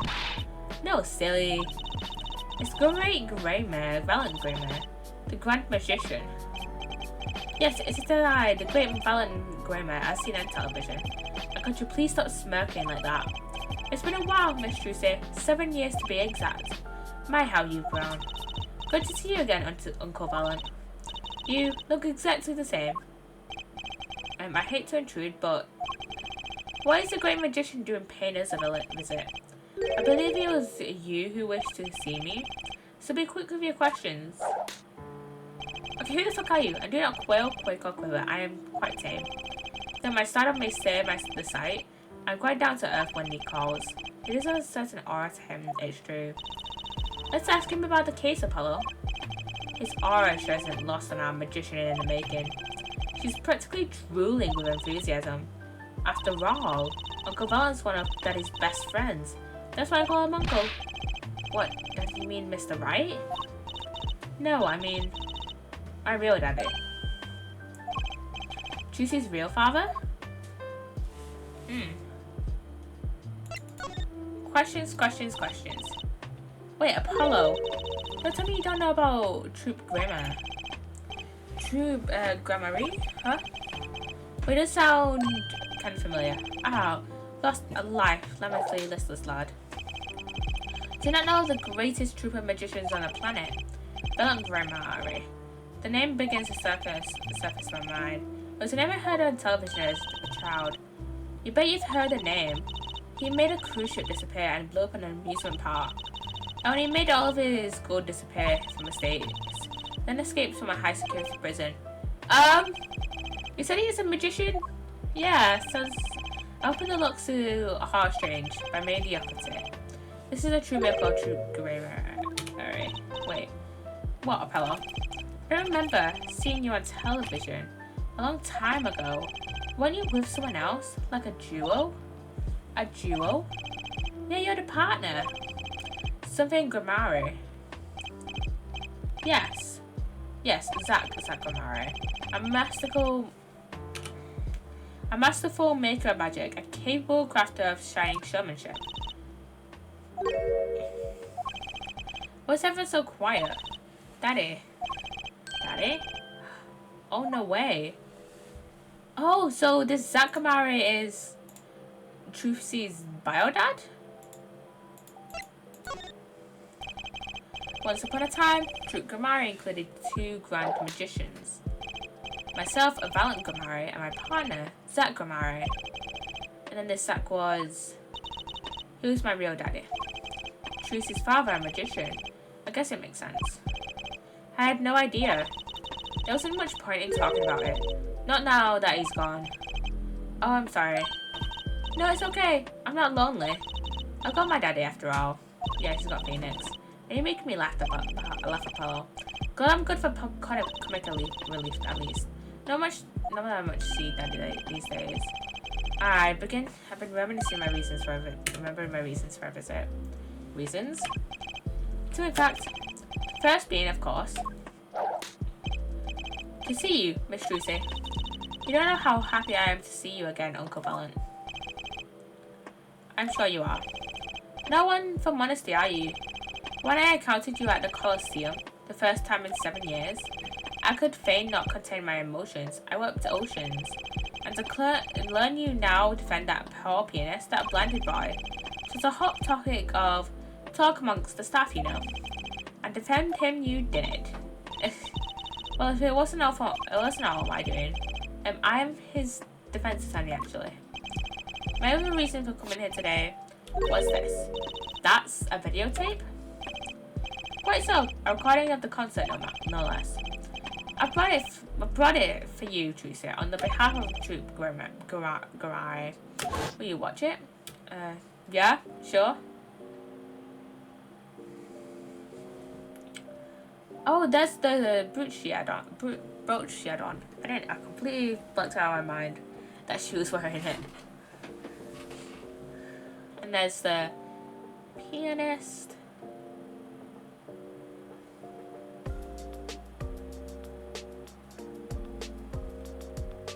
And there's them on the tower thing. That Machi and the dead body was found on.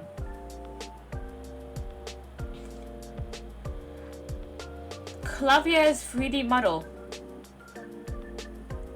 I can't go over it.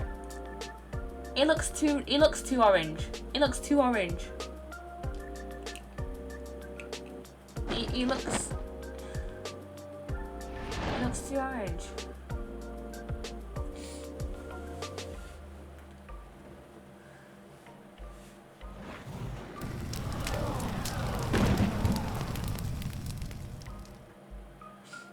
It looks weird. Uncanny Valley-esque.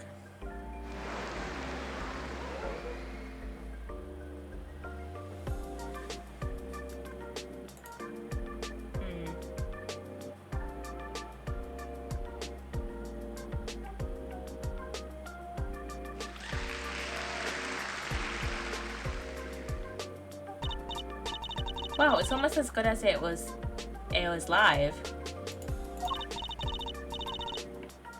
So, what's the word? Mysterious. There are more mysterious things going on in the song. Way more mysterious. I don't even know what he said. I have to keep stopping the autoplay. There are more mysterious things than her song going on. Way more mysterious. This valiant Gamari has good reasons to be here today. But I wonder why his reasons were to be at that concert.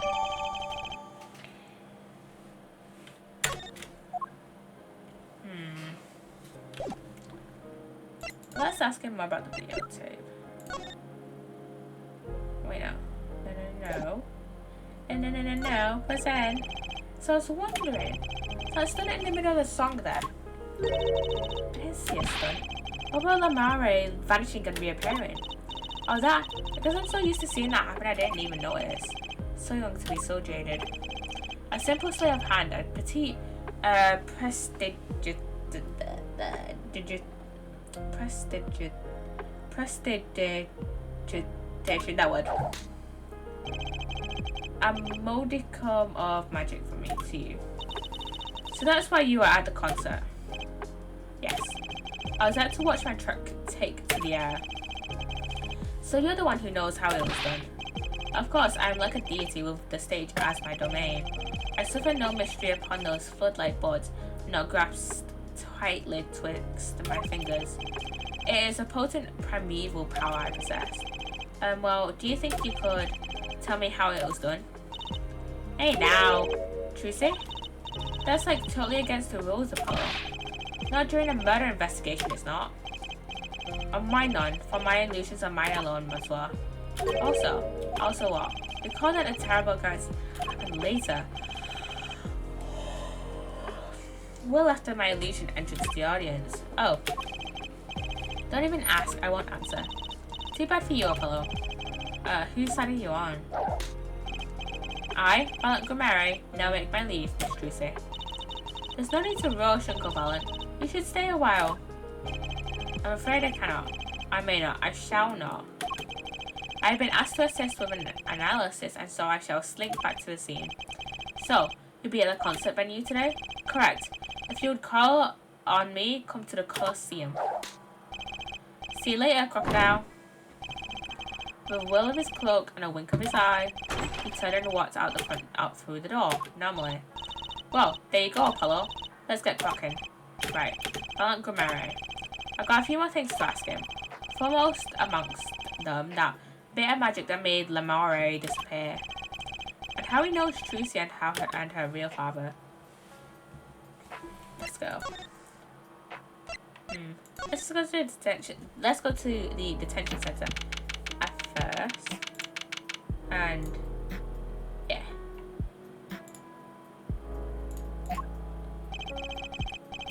Machi may not be guilty, but he's still a suspect.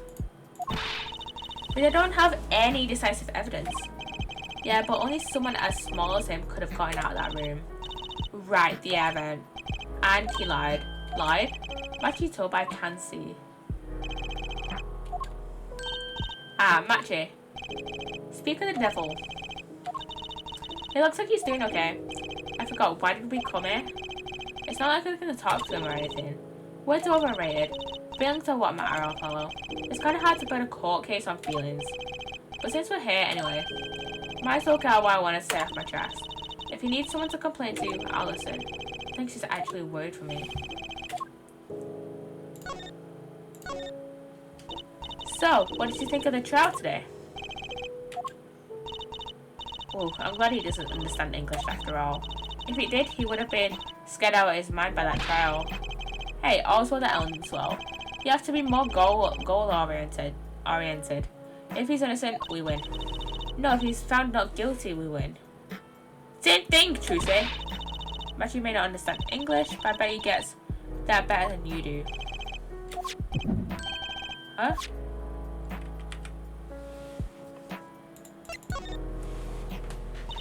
I'm glad Lamira testified. What a great person. She even got Machi off the hook by naming another suspect. Diana the governor's detective.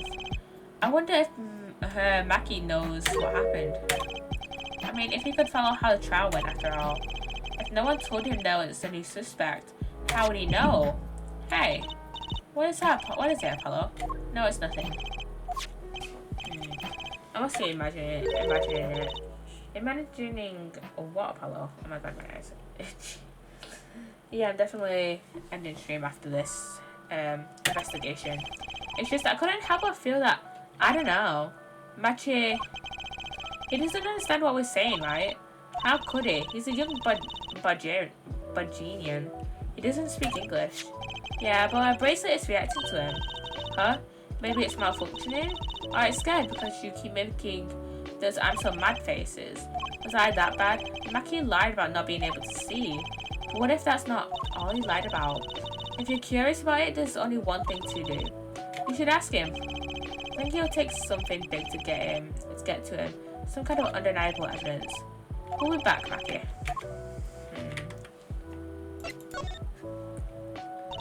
So, Maki, you can see, right?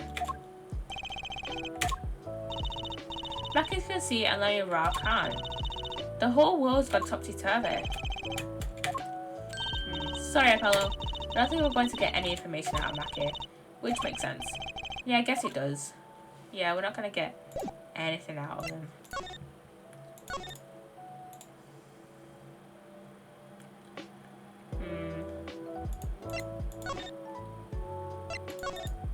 Let's just go to the Sunshine Coliseum. Here we are. Whoa, what a great day. It's perfect weather for sleuthing. The weather matters for an investigation. Don't some days just feel like magic days or defense days? Sure. Let's get started, shall we? Right on. Show us your stuff, Apollo. What stuff? Your voice training. This is perfect. The perfect place for it. I did enough at home, thanks. But there's no need to be shy. I forgot he did the voice training stuff, not gonna lie, so he can practice his objections and his take that. You know what I'm saying? Keep that up and you'll never make it on the big stage. I'm happy in the courtroom, thank you. I'm a lawyer. And you're luck because it is lawyer weather today. Don't you just want to shout to the face? Don't you want to face the blue sky and shout objection? Look, the weather has nothing to do with lawyers. Let's get going already.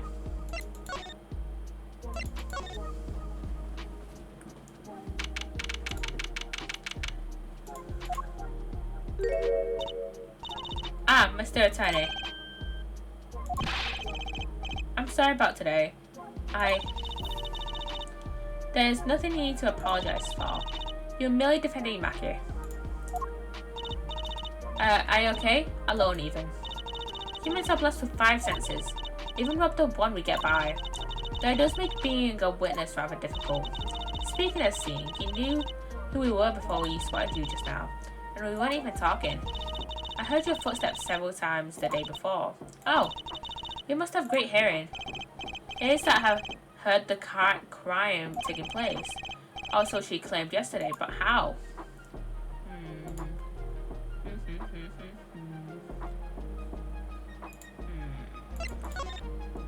Let's show her this. Let's show this. Let's just show her beautiful, beautiful, beautiful performance. We took a look at your performance again. It was even better the second time. Thank you. That reminds me. That's an incredible illusion you pulled off. Illusion? When you teleported from one stage to the other, remember? Ah, yes. Apparently, they hired a professional magician, Bella Gramare.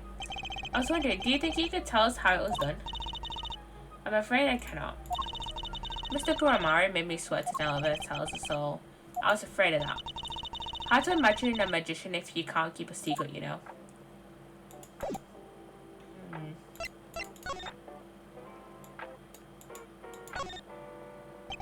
No clues there. Oh, wait. That's been lying there since the day before yesterday. It's small. Maybe no one's noticed it. I kind of want to pick it up. It'd make a cool souvenir, don't you think? It does stick out in my mind for some reason.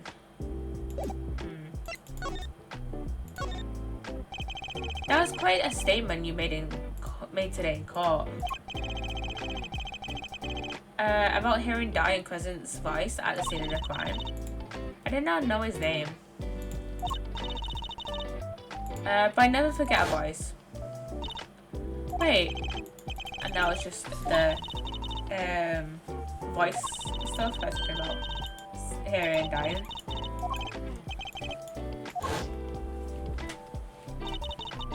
As I said in court, I was on my way back from backstage from the stage.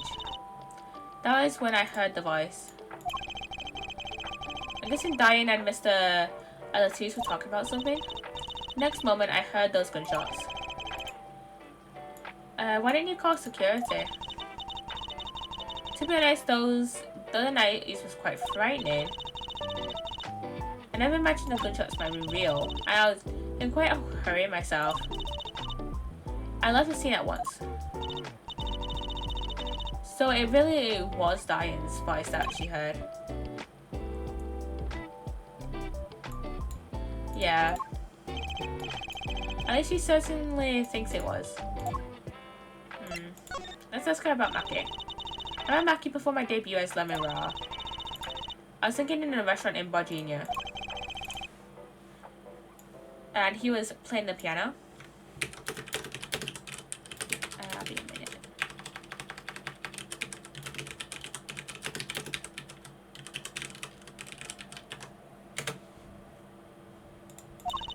Yes. He was very kind to me when he learned I could not see. Is that when you started playing opposites? With Maki pretending he couldn't see? I know it wasn't then. That began after our major debut.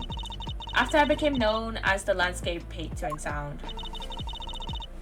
It must have been tough for Maki, pretending he couldn't see and all the while acting as your eyes. We held hands always. He would write with his fingers on my palm to signal to me things I should know. He's a smart, gentle boy. I think I see what she's getting at. Maki would never harm a soul. About Mr. Latouche. Ah yes, he was an Interpol agent, I hear. So you had no idea? Of course not. No one did. I guess that's what it means to be undercover. But someone was after him. They had to know who he really was. Why did he pose as my manager? I do not understand. You have no idea? I can only assume that he was investigating me. But why? What makes you think that? Perhaps it is not so, but I cannot deny the possibility. Because of my condition, as my present is veiled in darkness, so too is my past clouded from memory. Clouded, right. So he was investigating seeing her past, I'm guessing. The darkness I fear is not the darkness that I see whenever I open my eyes. The real darkness lies in my heart. Your heart? I have no memory of the time before I became Lamira. I awoke from darkness into darkness, you might say. I was thinking in a restaurant those days. What was it that she said about not being able to remember the light? I did not know my past. Perhaps I committed some terrible crime in my past. Everything before becoming Lamira is lost to me. But I don't think I can think of no other explanation. Why else would an agent of Interpol approach me? Do you think your past might be related to this case? No way, that seems really unlikely to me. I mean, you're such a sweet person, Lamira. I thank you. Maki too tells me this often when I fear who I might have been. I'm reminded that I wish to speak to you about something. Yes? When I was walking this hallway before, I stumbled upon a small device of some kind. It's lying on the floor. Device? Maybe you mean this? It's been lying there since the day before yesterday. Might I touch it? I thought as much. What do you think? This is one of our headsets. Everyone on staff wears one during a concert. I wonder whose this is. We use it for communication. It would be quite inconvenient should it go missing. We'll hold on to it for you then. We'll give it to the prosecutor Gavin when we see him. Yes, that is best. Thank you. So can I put it on? Attached? I'm not some kind of robot, pal. Everyone on staff was wearing one of these headsets. This might warrant some further inquiry. Okay, let's go to the stage. Let's go to the stage. Why not, eh? Why not? The song! Isn't that the one Lemon Raw was singing? Yeah, you're right, the guitar serenade. Or I'd love to do a show on stage like this. I can't see that. The house is full and has won the audience sighs with wonderment. There I am, singing my ballad, rose petals swirling around through the air. Not bad. Wait, aren't you a magician? Oh. That's right. I was a magician, wasn't I? Some dedication. Yeah, come on, Trucy. Come on, Trucy. There he is. There's Valen. Ah, as if it isn't Miss Trucy, and indeed it is. Uncle Valen. What exactly are you doing here? I take this real responsibility and tasks undertaken. I'm inspecting my equipment of illusion to make sure naught is amiss. The Lemon Rock teleportation illusion. Ooh. Should anything go wrong, it would reflect poorly upon me and my troop. Your troop? AKA just you, then. Because your partner is, you know. As I went about my exacting examination, I happened to notice that piano. And I remember that fair lady's melancholy melody. Hey Apollo, maybe Uncle Valen can shed some light on this whole thing for us. Yeah, let's have a little talk with him. I was wondering about about the show the night of the murder. Lemon Raw's vanishing act was your illusion, right? Indeed, the Purple Prosecutor petitioned my performance. At the climax of the song, he said make her disappear like a dream. Like a dream. Yeah, what can I work with on that stage meant for musical endeavours? There are none of the conveniences of a stage built for sorceress acts. It was a challenging task, so I accepted. She disappeared from the top of the tower, but in order to move, you would have had to use some sort of secret tunnel. Secret tunnel. Secret tunnel. People come to me because I'm a professional among professionals. My illusions are custom made for a time and a place.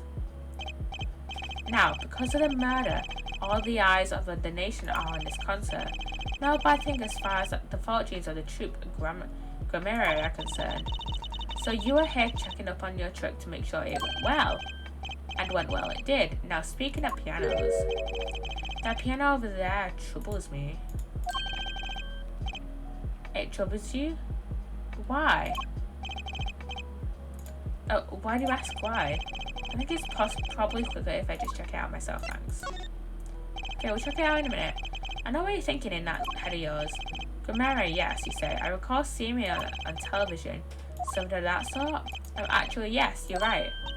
Oh, he just read your mind, Apollo. Or everyone tells him that, and he made a good guess. It was 20 years ago. A young magician, a genius of his time, came down among us. His name was Magnifi Grammarian. It was he who began the great troupe Grammarian. At his prime, no day passed that he did not play upon the screens of every TV there was. I do have a vague memory of someone like that on TV. Yet several years ago that time came to an end. My troupe pulled a vanishing act, yes. Cries for magic no longer you heard. The TV screen at Baron's waist stripped of illusion. That's not true. I still went to all of your shows. Like that one in the parking lot down at the supermarket. When you started playing in supermarket parking lots, you know you're in trouble. We hone our skills at these small venues, always awaiting our time. Yes, one day we will rise up from obscurity onto fame, shining stage once more. I do this not only for the magic that is Grammarian, but for my partner. Your partner? You mean... Yes, Zach Grammarian, Tracy's father. Before he disappeared 7 years ago, there was no name higher than Grammarian in show business circles. None. I will see us return to glory. I, Valiant Grammarian. Our founder, Magnifi Grammarian, was truly a genius, a worker of miracles. I never forget the one I saw when I was little. How he made that whole jumbo jet go, and what happened to the jet again? Apparently someone doesn't even remember it as well as they thought. Of all the would-be magicians who came to his door, only Zach and I had the talent. In no time at all, Valiant and Zach were shining stars in the Grammarian crown. Cooler, and Zach Grammarian was my daddy. Now that Magnifi and Zach are gone, I have but one wish. Let it be I, Valiant Grammarian, who brings the Grammarian miracle back to the big stage. I'm rooting for you. Miss Tracy, you cannot grow up quick enough. I need your skill by my side. One skill, coming up. How do we manage to get off the topic of the case so quickly all the time? Let's investigate that piano that he wanted me to investigate so badly. That's one big piano. I've never actually played one. Yeah, you should get Mr. Man to teach you. Oh my gosh.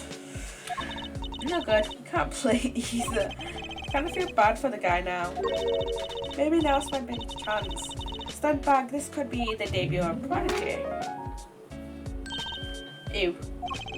Did you make that noise just now? Let me try it again. You know, I think something's stuck in the piano. Yeah. Time to take a look under the hood. Huh? Look, this is stuck between the screens. Looks like some kind of switch. Someone must have thrown this into the piano.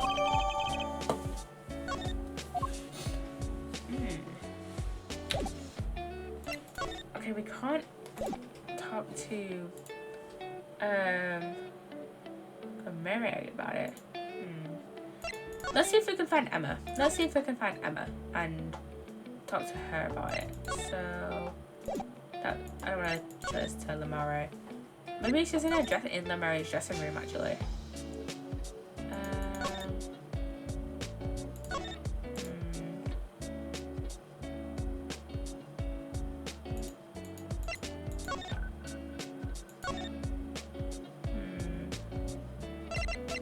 Wait, we didn't present. Oh, did we present this? We didn't present this to Lamare. Can I ask you about this headset, Lamare? You said that all concert staff were wearing one? That's correct. You need them to communicate across such a large stage. Everyone on staff had one, of course. And of all the band members too, I should think. So Prosecutor Gavin and his lackeys had them on too, I guess. They're quite helpful though, limited. They only work within 30 feet or so. After all, they're only for use on stage. And a stronger signal would interfere with the sound system. That makes sense. I think someone would notice if they dropped the only communications line. So where was this one lying here?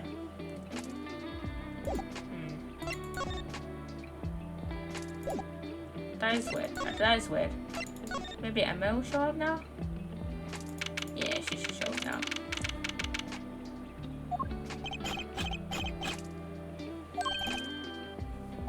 Oh, there's only one person I know who can munch with such venom. That's Emma! What are you doing here? Hello, Emma. You're looking as grumpy as ever. Oh, am I supposed to be happy? You gave me a second degree in court, and the prosecutor Gavin makes me look like a fool. You're talking about the bloodstain Mr. Tilly's left? My department chief had a field day with that one. Even a blind person could see the shooter was a blind, funny guy. But that bloodstain helped uncover the biggest mystery of all. Now we know that Mr. Toulouse was really with Interpol. We wouldn't have found that without you, I suppose. Maybe that's why the chief gave me these after he was finished chewing me out. He said it was my reward. Are chocolate snackies popular down at the precinct or something? I was hoping we could check out the crime scene again. Be my guest, you're not going to find any clues in here. Though I did find something strange. Something strange? What did you find strange, Emma? Oh, we could just ask her about the trial.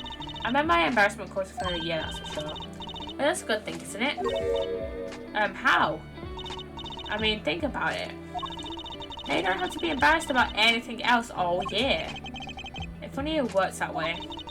It just bugs me to think that little kid outsmarted me. And it makes me even more suspicious now that we know you can see. He could have seen the air duct and he could have seen that revolver. But that's not how it sounded in Lamare's testimony. You mean her saying she heard the stallions voice at the scene? That's right. Why can't we have a normal, straightforward killing once in a while for this country? I'll pretend I didn't hear that.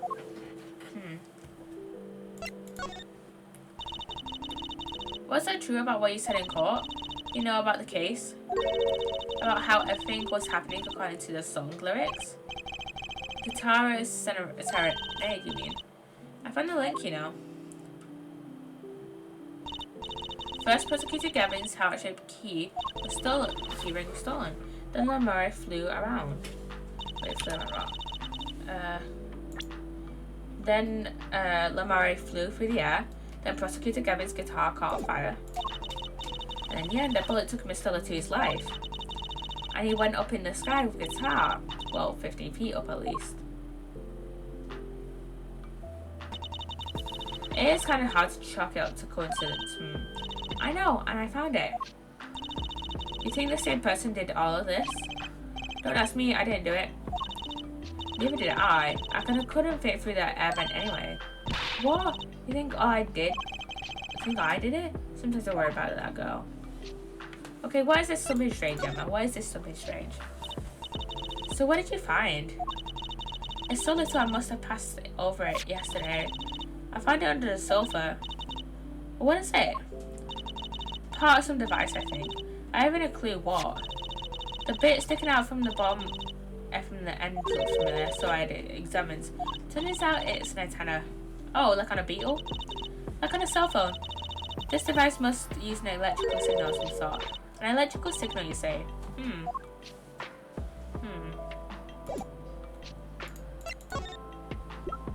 What about this? Do you think you can take a look at this? A small device looks like a transmitter. A transmitter? You press a switch here and it sends out a signal. No idea what it's for though. A signal? You mean an electronic signal? What is it, Apollo? Say, Emma. You know that strange object you said you found? Oh, this? Let me try pressing the switch.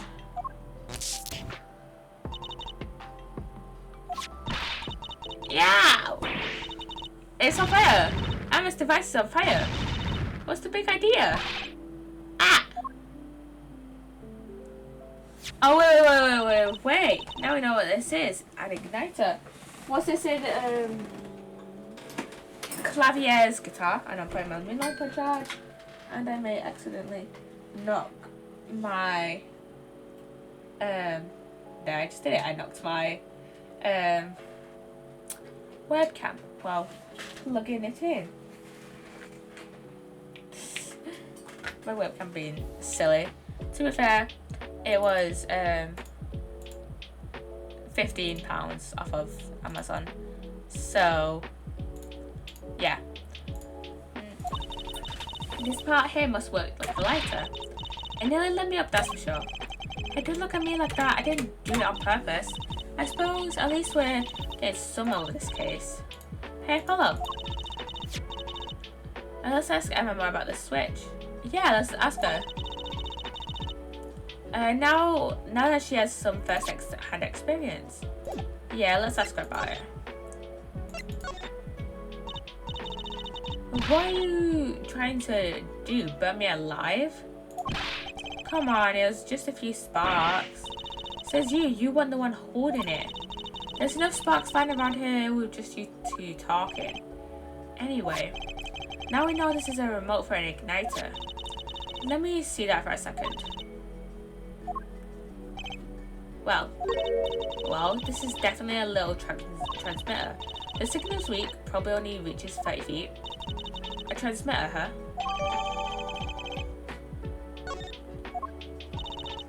Incidentally, if you look at a cross-section diagram of the stage area,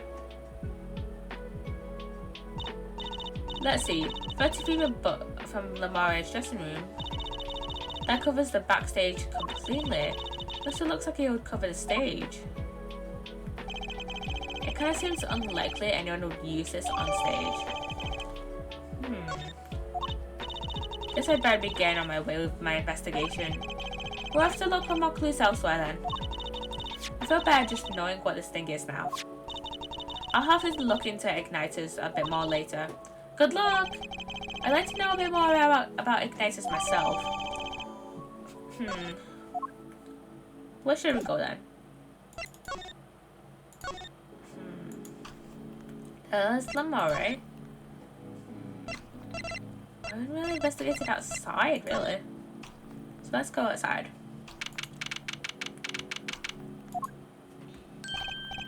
What? Come to laugh at the murderer? Diane! That old bag opens her pile and worms and I forgot it was on autoplay.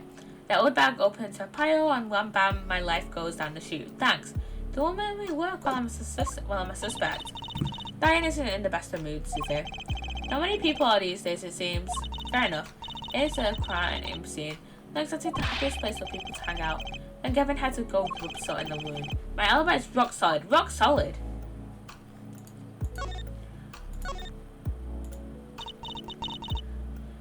So about your alibi, you have to ask. The shooting happened right in the middle of the third set. That's right. The music was blaring when we heard these gunshots. And found Mr. Letiz's guitar. No, body, even. What happened? What happened? Mr. Letiz is dead. I've got 10,000 witnesses saw me too. Right down stage. Your guitar playing was something else. Thanks, little lady. See? This whole thing's a sham. Can't believe they aren't letting me work. There's no need to yell at me. It's Lemon Raw's fault.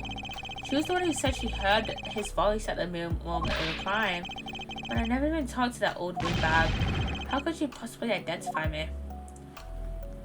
We'll have to ask him about Gavin. They won't let you work?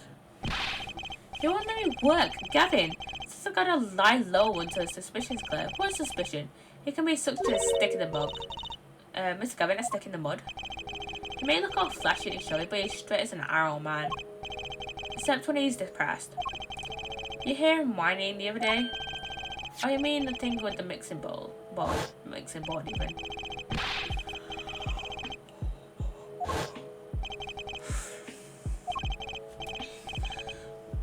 I'm going to bed straight after stream. He's just a perfectionist, that's all. Not a bad guy, really. Well, I think the Governors are the best. I have all your albums. The band's fine too. Gavin can write a good tune, I'll give him that. Come to think of it, I haven't seen Prosecutor Gavin around much. Oh, he's not at the prosecutor's office, most likely. The prosecutor's office? I've never been there, have I? The date and the victim should have come in from Interpol. Normally I'd be down there dealing with it, normally. Apollo, let's go check it out. I've always wanted to see the prosecutor's office. Maybe that's not such a bad idea. Right on. Say hi for me, okay? Oh, and screw you.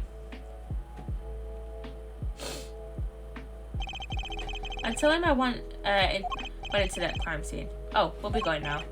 Hey, wait. Yeah? What do you really think happened? Really? You don't think I did it right?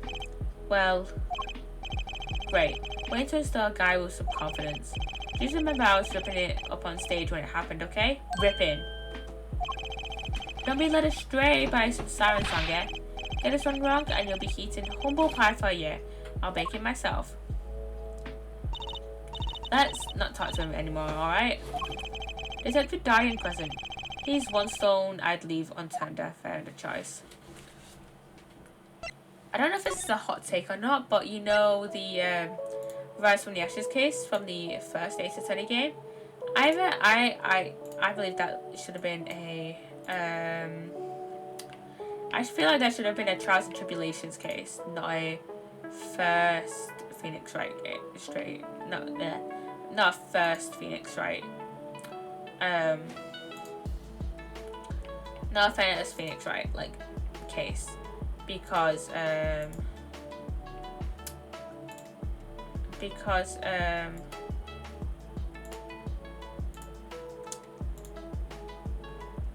don't even remember what I was gonna say now. My brain just went blank. Where Gavin's office now though? Oh, yeah. So I feel like the rest of the Ashes case should... Oh, the Gavin's head office. It's not the band's office, it's the prosecutor's office. Okay, so, Rise of the Ashes. I feel like it should have been a Trials and Tribulations case, because it would have served as like an easier transition from... I feel like it would have served like an easier transition from Phoenix Wright to Apollo Justice. Because think of it, we're at the prosecutor's office now. The prosecutor's office played like a pretty big part in Rise from the Ashes. We were there like all the time in the investigations, and introduced some like pretty vital characters like that show up, like Emma.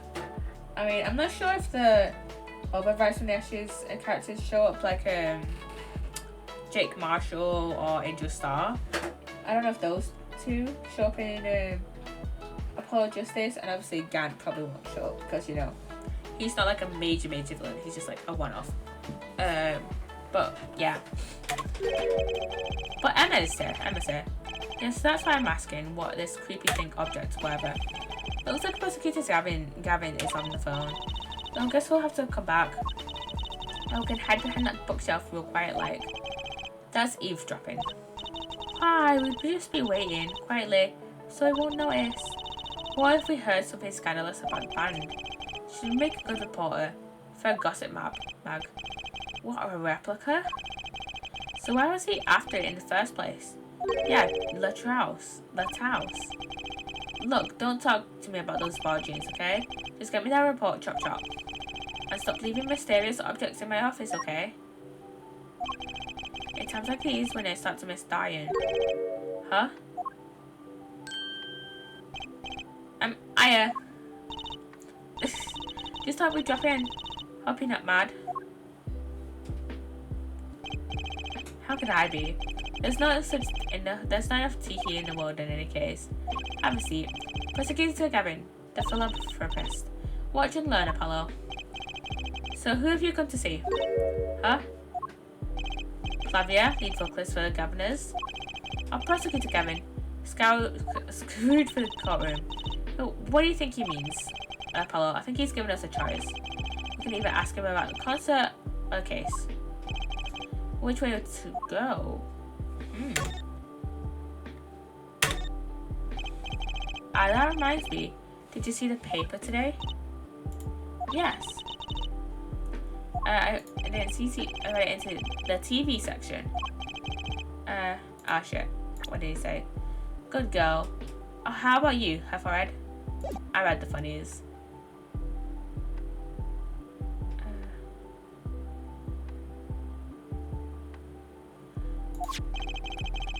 Then you will not have seen this. Concert of Tragedy, the Prosecutor's Deadly Song. Was that a new show? Oh wait, I haven't heard that one. It's not a show. I thought I didn't have this up. I have my Spotify up. It's not a show, it's an article. News, you know. Oh, does this have anything to do with the case? Since getting back from the trial, my phone has been ringing off the hook. How does it feel to take a man's life with a song? Have you ever hummed a man all the way to the death row? Do you think you could sing for me over the phone? It's endless, thanks to the case you made today in court, of course. Ah, shit. Press the wrong key. Oh, that was all Apollo's idea. Hey! Is that a newspaper over there too? Ah yes, the Bargain Daily Bugle. Go ahead and take a look. Thanks, but I can't read Bargain. Oh, that's right. Suffice it to say, this is big news over there as well. Though they didn't go so far as to mention the lyrics to my song. Probably no one in Bargain could believe it. Barger. It's probably seen as just a fairy at this point. The journalists didn't see the need to mention it. That makes sense. It's hardly to know what to think. I hardly know what to think about it. Lemara's testimony will probably be in the evening edition, I imagine. Which is why I've had Darian step down from the investigation for now. Yeah, we ran into him moping in front of the Coliseum. Lemara was my invited guest, so it is a rather delicate situation. You understand how much I want to solve this case, quite quickly if possible. Let's ask him about the Guitar Serenade. I really love that song. It has such a great atmosphere to it. You co-wrote it with Lemara, if I remember correctly. That's right, it was last year. I'd gone on tour to Bar Junior's legal system as a matter of fact. And that's when you heard Lemara's voice. It was at a small jazz club. I worked that night. I knew I had to meet her to talk with her. So I used my influence, which is not inconsiderable to arrange a meeting. Wow, prosecutors really have a lot of clout. I think he's a sort of special case, Strucy. Thankfully, she liked the work I did, and we wrote a song right there, backstage. Matching piano, that dulcet voice, and myself on a guitar that I borrowed from Lemara. And music history was made. Probably not an experience your average lawyer would ever have, like Apollo say.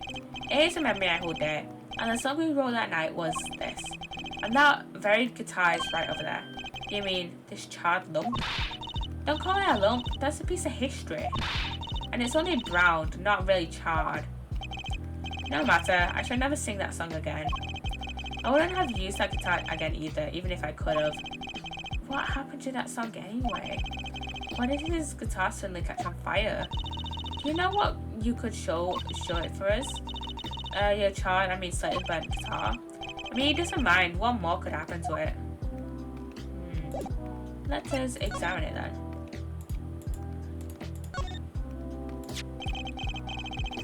That was an impressive bit of pyrotechnics in this.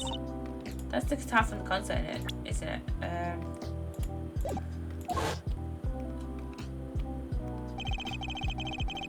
I thought it was one of those staff playing with me. I have to guess that wasn't the end of it. I had a specialist analyze the guitar incidentally. Oh, did you find anything out? He didn't have a lot of time, so it's still unclear. But the results he came up with were intriguing. Intriguing? How does that guitar tie up with anything that went into it? What did this say? History. How does that guitar tie into everything that went on? Sounds like something we should ask about. Can we ask it? Yeah, we can. It was a beautiful instrument. It was played lovingly for many years. A guitar befitting a woman like Lemira. How does it end up here? She gave it to me. I mentioned how much I enjoyed playing it that night and she made a present of it. So this guitar is from Virginia? That is it. We couldn't carry it on the plane. Changes in air pressure and humidity ruined the wood. So we vacuum packed it in Lemira's studio. I used a special shipping service available to me for transporting evidence. They brought it right up to my office for me. Pristine and untouched. See, prosecutors do have a lot of clout. I still think it's a special case. Such a valuable guitar. It's too bad it got burned. What was it that you were saying earlier? Something about intriguing results from an examination of the guitar? That's right, what was that all about? Well, you know how guitars have a round hole in the front? It is called the sound hole.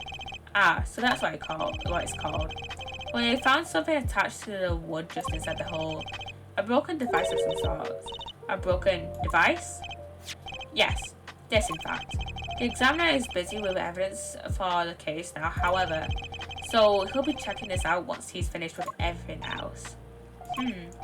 Odd. That device looks strangely familiar. It does, doesn't it? That's cause... No, we might as well examine this. What's that on the plate there? Is that gum? Gum? Maybe he was chewing it when the phone rang, so he put it on a plate for later consumption. You'd think a rock star could afford a fresh steak. Don't jump to any conclusions now. That's no chewing gum. Take a closer look. Although I really shouldn't be offering, should I? What is that? It looks like a lump of plastic. Wait, that phone call?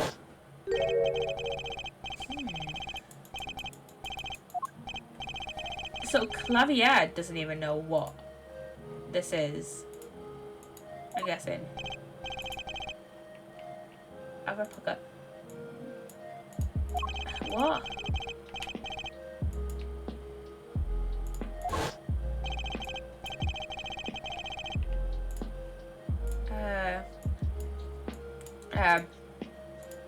Prosecutor Gavin, does this have anything to do with Mr. Litthouse? Wait a second. You listened to my phone call, weren't you? Who, us? I tried to stop him really, but he forced me to. Hey, you were the one digging for a scandal, Miss Reporter. To tell the truth, I'm not even sure what it is. But apparently it's a model of something undercover agent Mr. Litthouse was after. This lump? Would you mind telling us what you do know about it? Okay. This was found in Mr. Littouse's bag. It's apparently a replica or something. A replica. It's a small lump about an inch and a half long. We analysed it, but there's not much to say other than it's a lump of plastic. Perhaps it was to be used in the identification of whatever it was a replica of. You mean whatever Mr. Litthouse was after? That seems to be the most logical explanation. Well, what is it? Don't ask me, Fräulein. Oh? If you don't want to tell us, you could just say so. I've put in a request to Interpol via my contacts in Virginia, but apparently there's a blocking information somewhere on the chain. Oh? There's something either Interpol or Virginia doesn't want to share. Something about this little piece of plastic. Mr. Litthouse went through all that trouble to become Lemira's manager, just to come to this country to find out more about this lump. and he died for it.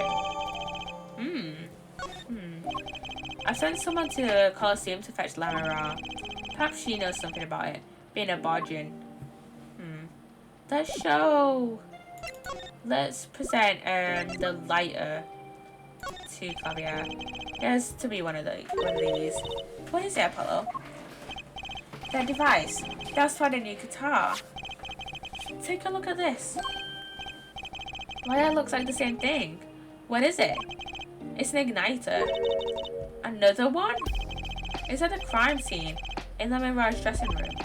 Detective Sky found it, actually. A scene of a crime? What could that mean, I wonder? I believe that covers everything I'm at liberty to talk to you about. Oh, thanks for dropping by, Her Forehead. Thanks? Well, you gave me so much information, that igniter, for instance. Oh, that. I don't know why an attorney so forthcoming with the prosecution. It's a big help. Or perhaps you're just a tad naive. I guess I could have hit it, but somehow showing it felt like the right thing. I could say the same to you, Prosecutor Gavin. Thanks for the information. About the strange lump of plastic. The one thing that Mr. Lataus was investigating. Hey, that's right. I've been thinking, Her Forehead. We encounter many incidents in our lives, all of us. Not all of them are simple. Especially not the ones where people are killing to song lyrics. That is why I try to at least remain simple-minded. And, what did he say? That is why I try to at least remain simple inside. And I keep a simple goal, to discover the truth. That's why I like to keep relations civil, yeah? That is all. I can live with that. Mr. Prosecutor? Fräulein? Can I ask you why you sing in a band? Because I want women to turn and look when I walk down the street. That's pretty simple too. Now, if you'll excuse me, I've got work to do. Another time, perhaps. Okay, let's go somewhere. I'm going to go to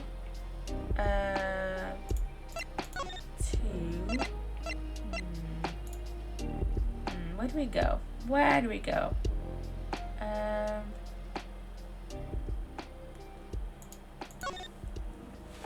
Sunshine Coliseum.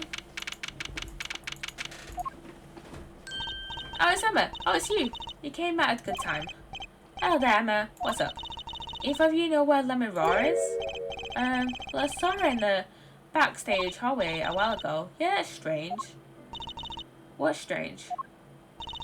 I can't find her anywhere. I was supposed to bring her to the prosecutor's office.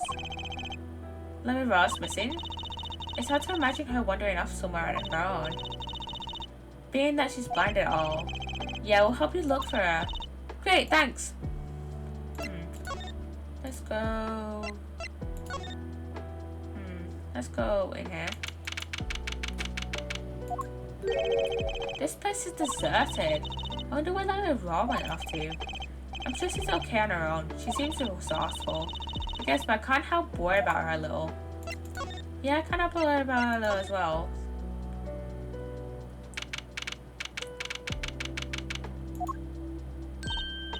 Huh? The stage is pitch dark. The palm breaker must be off for this section. Great. I'll go get someone. Yipes. It was really dark in here. Dark. That's all Lemon Raw has when you think about it. What would it be like to live in a world of darkness? Hey, Apollo. Huh? What? Doesn't something about the stage seem different to you? Yeah. It tells me like something's changed. Changed? I can't put my finger on it, but it's bugging me. Now it's bugging me too. What's she talking about? Examine. The tower's not here anymore.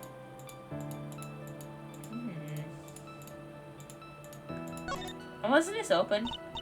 Hey, that case. Wasn't that open before? Yeah.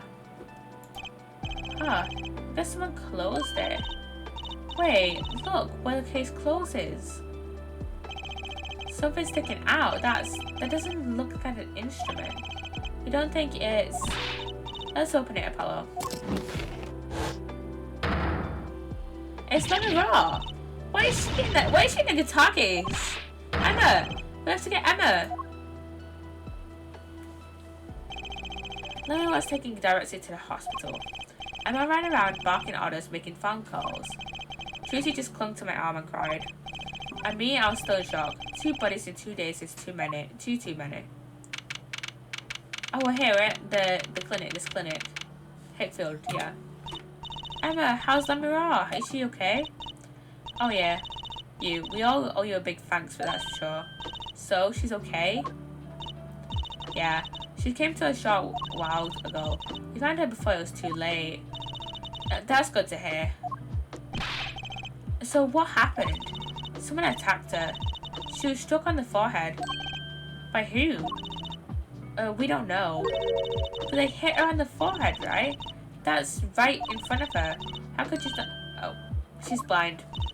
Right. Would you like to see her now? Is that alright? She wants to thank you for saving her life. Here she is. Let me roll. Mr. Attorney, you're the ones who found me. You're the one who found me. Thank you from the bottom of my heart. I'm just glad you're okay. Tell me what happened. Just tell me what happened. It was after I spoke with you in front of the dressing room. I sensed someone approaching. I thought it might be someone coming to see me, but they said nothing. When I went to return to my dressing room, you were hit? I knew that very moment. I knew. The assailant was trying to kill me. No. It was lucky for me the first blow did not knock me out. I turned and ran for the stage. Someone was chasing me. I could hear footsteps. Yeah, I reached the stage first. Why the stage? I'd overheard maintenance people talking. The power to the stage area was off, they said, for electrical work. Ah. Darkness is my ally. There's a contraband case near the stage. That is where I hid. So the assailant couldn't see you. Once in the case, I'm afraid I passed out. Wow, that sounds like a really close call. I feel bad for her, man. I really feel bad for her. Do you have any idea who it might have been? Unfortunately, no. Whoever it was, they'd said not a word. Too bad. Yeah, when I considered I was struck high on the forehead, I must conclude that whoever hit me was taller than I am. Good point. She's sharp. And you're much taller than I am. You're about as tall as Apollo. So that means it was likely an adult, probably a man. Could it be him? But why would anyone attack you, Lamira? The detective asked me this too. And to her I gave her the same answer I gave you. I do not know.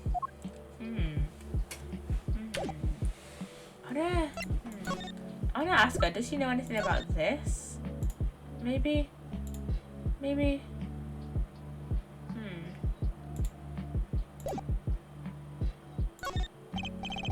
Lamira, I wanted to ask you about this. Do you know what this is? This is what?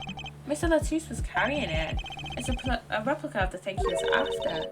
He was after? You know, in his secret identity, as an undercover agent. So that's what he was doing. You mean you know? Yes, I know, of course. This must be a Borgian cocoon. Or rather, a convincing replica thereof. Why haven't I heard of a Borgian cocoon before? Why would he be carrying this around? Was it some sort of souvenir? I wonder. You wonder what, exactly? Well, they call it Borgian. It must only be found in Borgina. But since all in Borgina knows of it, at least it's a cocoon. So do you get silk from it? I do not know the details, I'm sorry to say. I thought you said all in Virginia knew these. There's one fact I do know about the cocoon though. Something in all of Virginia knew. What's that? The cocoons, they are not to be taken out of the country. If someone does and is caught, they will be put to death. To death? Why? I do not know. Yet if Interpol was involved, I'm sure there is a good reason. But this is just a piece of plastic. He's carrying a replica, but looking for the real deal. That's my best guess. So that's what he's up to. Tracking down Borginian cocoon smuggling. Smuggling. It seems I was marked. Marked? Life changed for me with the popularity of my songs. I began to travel around the world. Ah, so you could have brought those Virginian cocoons with you? On my trips, yes. That was probably the suspicion. And Mr. Latouche was placed as an undercover agent to what? Look into it. Virginia is a small sheltered country. Not many of our people venture into the world outside. That's why they suspected you. But Mr. Latouche wasn't a Virginian, was he? He's an Interpol agent, which means... What, Pillow? There must be some reason why Virginia doesn't want those cocoons getting outside. Something scary enough to get Interpol involved. Huh? Like what? How could such a tiny pile of thread cause such a commotion?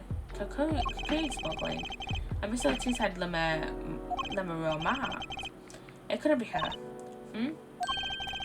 There's one other person I need to talk to. Thank you for talking to us, Lemuel. It was the least I could do. Actually, I have another request. If it is within my power. I need an interpreter. Someone who speaks Virginian. Apollo? Would you come with us if you're well enough? I see. Yes, of course. I shall accompany you. Huh? Where are we going? Come on, Tuesday. We're about to get to the bottom of this.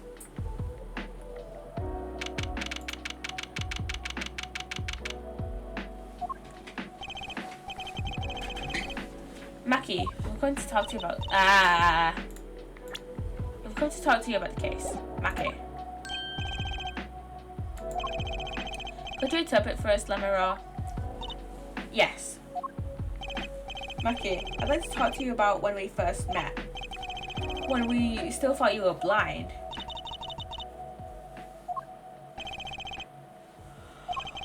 Now I know the truth. You can see, right? I was completely fooled myself. Mackie, isn't that another secret you're hiding from us? Wait, Mr. Attorney, what do you mean by secret? What do you mean by secret? Well, the replica. Take that! If I'm not mistaken, you know something about this, don't you? Hey, you got a reaction, a big one. Mackie, you didn't. Tracy and I are trained to see people's uncertainty. Not that we would have needed any training to see that one. Mr. Attorney, please tell me what this is all about. Let me roll, please interpret. Very well. I know you know something about this by your reaction. If you won't tell me, I might have to give it to the prosecution and have them look into it.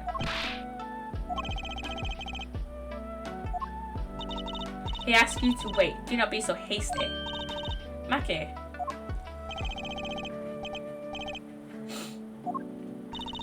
Do you know everything? Yes, everything. Well, sort of. Have him tell us about it. Very well.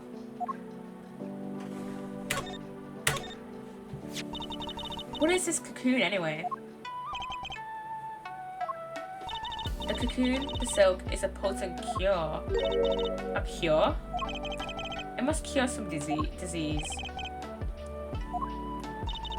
It's a cure for incuritis. A cure for incuritis? But if it's a cure, why keep it in Virginia like that? Just think of all the lives they could be shared by sharing this medicine. I don't understand the reasons myself. Okay, well, at least we know what it is. A cure. And Mr. Latouche was after cocoon smugglers. Wait, was Mackie... Mackie, you weren't... He couldn't be a smuggler. He's so little. Well, you're only 15 and you're sort of a magician, aren't you? Well, that's true. I am sort of a magician. She said sort of. Oh, do we have a copy of that security camera tape? Well, Mackie, are you a smuggler?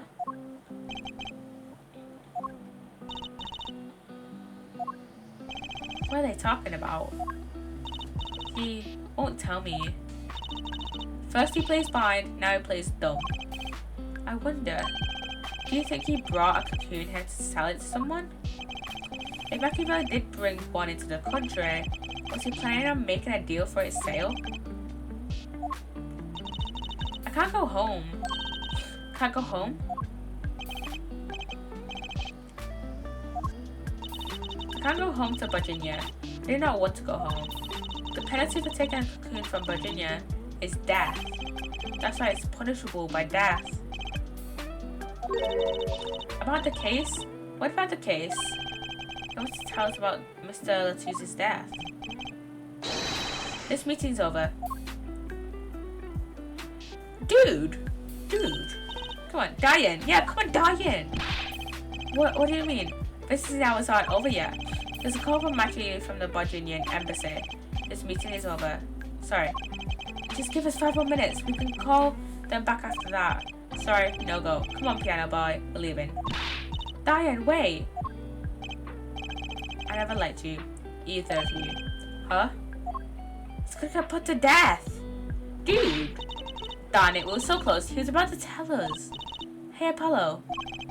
He didn't want us to hear what Mac had to say. Apollo! And there can only be one reason why. Why is everyone ignoring me? Oh, sorry. This is it. I know who I am after now. It all happens tomorrow in court. And that is where I'm gonna leave stream today. I've been streaming for like 4 hours at this point, and I need to go to bed. Okay, we saved it at trial. At the trial. So yeah.